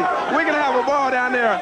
But I got to give the credit to my offensive lineman, Sean Salisbury, for coming in and playing a good game. Defense held them when they had to. BC Lions got a great football team. We beat a very good football team today, so we should feel very good about the outcome of the game. James, it really was a tough defensive struggle, wasn't it? The offenses really weren't that much of a factor. Yes, it was. The game could have went either way, but I think that on this particular day, the good Lord, we're looking out on the Winnipeg Blue Bombers. So I got to be thankful for that. Right now, I just feel like I'm so happy for these young guys. I'm going to say this on TV. We're going to repeat. Hey, you heard it first. James Murphy says they're going to repeat. What's it like to win a Grey Cup a second time around? Right now, it really haven't sunk in yet, but I know I'm going to wake up in the morning and I'm probably going to be walking on the cloud for 1 or 2 weeks. And I'm going to just take this and I'm going to savor it. We deserve it. We work really hard. People really don't know how much preparation that goes into a football game. But the coaching staff really prepared themselves to stay out all time of night and at the stadium preparing and putting the game plan together. So a lot of credit go to Mike Riley, Bruce Limmerman, Irvin Bowman, and Gene Gaines, guys like that, Bob Padilla. You know, you can't take anything away from it. They kept the game in perspective. They kept our mind into it, and it was just a great team effort. James Murphy, congratulations, the outstanding player of the game. And with me now, the Bombers quarterback, Sean Salisbury. Sean, right after that game, you had tears in your eyes. This is obviously an emotional moment for you. I'll tell you what, I've waited a long, long time to be in a championship game like this. And we got this far 3 months ago. I didn't expect to be here, and I wouldn't have traded this day for any day I've ever had in sports. It's unbelievable. It really means something to win a Grey Cup. I think you found that out in the last 10 minutes. I'll tell you what, during the week, you see how it is, and you see how it is. But this is nothing like, I mean, like people say, it's my Super Bowl back home. I mean, it's the Canadian Super Bowl, and The Grey Cup has been good to me. I'm grateful we were able to win, and I'm going to cherish this win for a long, long time. Sean, I think you're going to give all the credit in the world to a fine defensive effort from the Bomber defense. Unbelievable. The offense, we moved the ball in the first half, and we were able to move it a little bit. Second half, we didn't move it much. And the defense, what can you say for that goal line stand? They're down there on the 5 or the 4-yard line. They come up with a big play, but they've been doing it all year long. They've bailed us out time and time again. And you give Trevor Kennard a lot of credit. Give all those guys credit. And Bob Cameron, we're very, very fortunate. Now let's leave the jubilation of the Bombers dressing room and go to Scott Oak, who's standing by with the losing coach. All right, as you might expect, it's a vastly different mood here in the dressing room of the BC Lions because they came so close, but will go home without the Grey Cup. Larry Donovan, your thoughts on that very tough loss? Well, I thought we were going to get a chance to win it in the last 2 minutes, to be honest with you. I thought when we were down there on the 8-yard line, we had a chance to punch it in or get a field goal to tie, and with the momentum of what we had gathered, probably get a chance again. So that's a tough one to lose. I've never seen any easy ones, but that's really tough. Have you ever been involved in a defensive ball game like that? Well, I've been involved in them before, but you have to really congratulate our defense and their defense. That was a tremendous effort on both sides. A lot of big decisions towards the end of that game. If you had it to do over again, would you change anything? Like not to get that field goal blocked very much, you know, and that wasn't a decision. That was a matter of execution. So, I'm sure, but, you know, if you're asking about the pass getting knocked down, stuff like that, that quarterback took us up and down the field with good decision making, and then when we start picking one out of there, that's a pretty tough situation. Larry, your team was favored all week. You were very loose in practice, very confident, had a very confident approach to this Grey Cup game. Does it make it harder to accept this loss because of that? It's the way we were all season, so that was no change for us. Just hard to lose because of the fact that you think you had a chance to win in the last 2 minutes. And many others thought you had a chance to win as well. Thank you for joining us. You bet, Scott. Let's go to Steve Armitage in the Bomber dressing room. Thank you, Scott, and I'd like to offer my congratulations to Larry Donovan. A job well done with the BC Lions. With me now, one of the wily veterans of the Winnipeg Blue Bombers, the 14-year veteran who is 2 for 2 in Grey Cups, Nick Messiah. Nick, congratulations. Thank you. It's hard to say. You know, I just don't know what the heck to say. 2 for 2. Playoffs is a whole new season. I don't know if anybody outside of this room really expected us to be here, but here we are. We won the whole thing. We're number 1, Winnipeg. Say hi to somebody special. Yeah, I'd like to say hi to my daughters, Amarita and Kalinda. I'll see you guys tomorrow. I'm sure you will, with the Grey Cup. We'll be back with more Grey Cup celebrations from the Winnipeg dressing room right after this. Welcome back to the dressing room of the Winnipeg Blue Bombers. The end result of a game that I'm sure will go down into Grey Cup history as one of the all-time greats. And this man played a part in that all-time great game. James West, congratulations. A really superb defensive effort from both teams. Thank you very much. First of all, giving up God. Thank you, Lord. We played a real good game. I felt like coming to the game, both teams will have a good defense. And we felt like whoever controlled the ball most on offense would win the ball. And we felt like our offense controlled the ball more so than they did, and that's even winning the day. You seemed to turn it around defensively in the third quarter. What adjustments did you make? Well, I think they showed us everything that they could in the first quarter. And knowing them, they're a real good ball club, and we knew they was going to do some things against us. We made some small adjustments against the things that they did, and I think they worked out well. I think we got strong as the ball game went on. I think one of the key things you did was you were able to contain Matt Donegan. Yeah, with Devil Fowler being in the lineup, I tell you, he made one big difference. Because a couple of occasions, I think he would have got outside the pocket if it wasn't for Devil Fowler. And I like to give a lot of credit to him and also Romeo Andrews, because he came on through adversity, and he was able to play a good game today. I like to give honor to him, thanks to him, too. James, there must have been times this season when you wondered if you'd ever be in this position. Oh, yes, of course. I mean, a lot of people jumped on and off the bandwagon. We lost our support, and it was kind of down on us. I think what people can do now is go out and buy season tickets for us next year, and that make us feel a lot better. Come on, Winnipeg, support us next year. What are you going to say to those Winnipeg fans that you're going to see tomorrow morning? How you like us now, Winnipeg? Okay, let's leave the dressing room and go back upstairs to Don and Ron. All right, Steve, how do you like us now? Well, I think everyone in Winnipeg is certainly delighted with the performance of the Blue Bombers, and well, they should. They were underdogs last week, underdogs again today.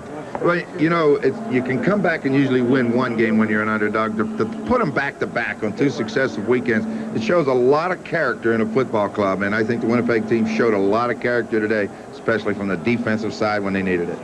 I think people are going to be talking for a long time about the decision of the BC Lions when they were down at the 7-yard line, when they threw the pass on 2nd and goal from the 7. Well, I think you're going to see two questions. One on the third down and a yard in the third quarter when they had to win, and again, the Winnipeg defense come up and stop them.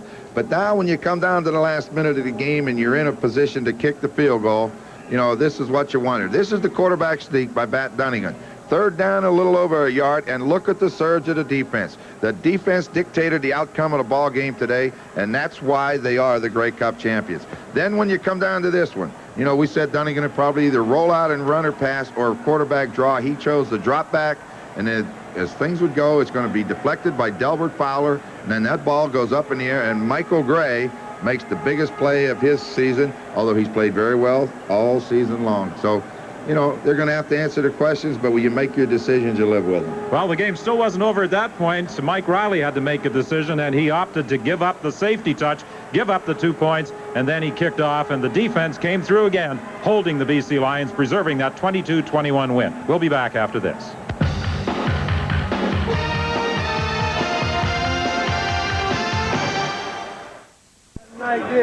Welcome back to the Blue Bombers dressing room. With me now, two more of the outstanding defensive stars of the Bombers and an unnamed guest. We've got Benny Thompson and Rod Hill. Benny, tremendous effort. Yep, and I tell you what, BC has a good football team, but the better team won tonight, and that's the Winnipeg Blue Bombers. Hey, let's go celebrate, everybody. Yeah, I wear size 11 ring, too. Yeah! Rod Hill, you've got a habit of coming up with the big plays in clutch games, and you certainly came up with a big one today. Well, I think Matt made a mistake. I think the way you give a defensive back respect, you don't throw the ball my way. And he didn't respect me, so I had to give him back what he gave to me. Rod, how does it feel? It's the best one I've ever had as far as athletically speaking. I've never been on a championship team, but I had to come all the way to Canada to get on it, but I'm happy here. Rod, I hope you have fun taking this Grey Cup back to I'd like to say hi to my friends at the Society for Manitoba with Disability. I'll see y'all Monday night at 6:15. Now, what are you going to say to those fans who were doubting Thomas's, who didn't think the Bombers could do this? We all make mistakes in life. Rod, I love them just the same. Rod, this defense came up with a superb effort in the third quarter, and you were part of it. What did you do at halftime to make the adjustments defensively for that third quarter? Well, we made some mistakes in the first half, and they didn't capitalize, and we realized then that we could turn the pressure up and just play tough, play hard, don't beat ourselves. Were you surprised that you were able to contain the defense or the Lions offense the way you did? No, not at all. And the fourth point means we controlled them twice, so we figured the 50-50 chance that we'd take control of it. And what do you think the turning point in the game, besides your own interception, was? Well, I think the turning point in the game was when they showed up. They should have never showed up tonight because no one can say that they didn't get beat tonight. We put it on them. Congratulations, Rod Hill. A super job by the BC Lions and the Winnipeg Blue Bombers in a very memorable Grey Cup game. Right now, let's go to Scott Oak for a final comment.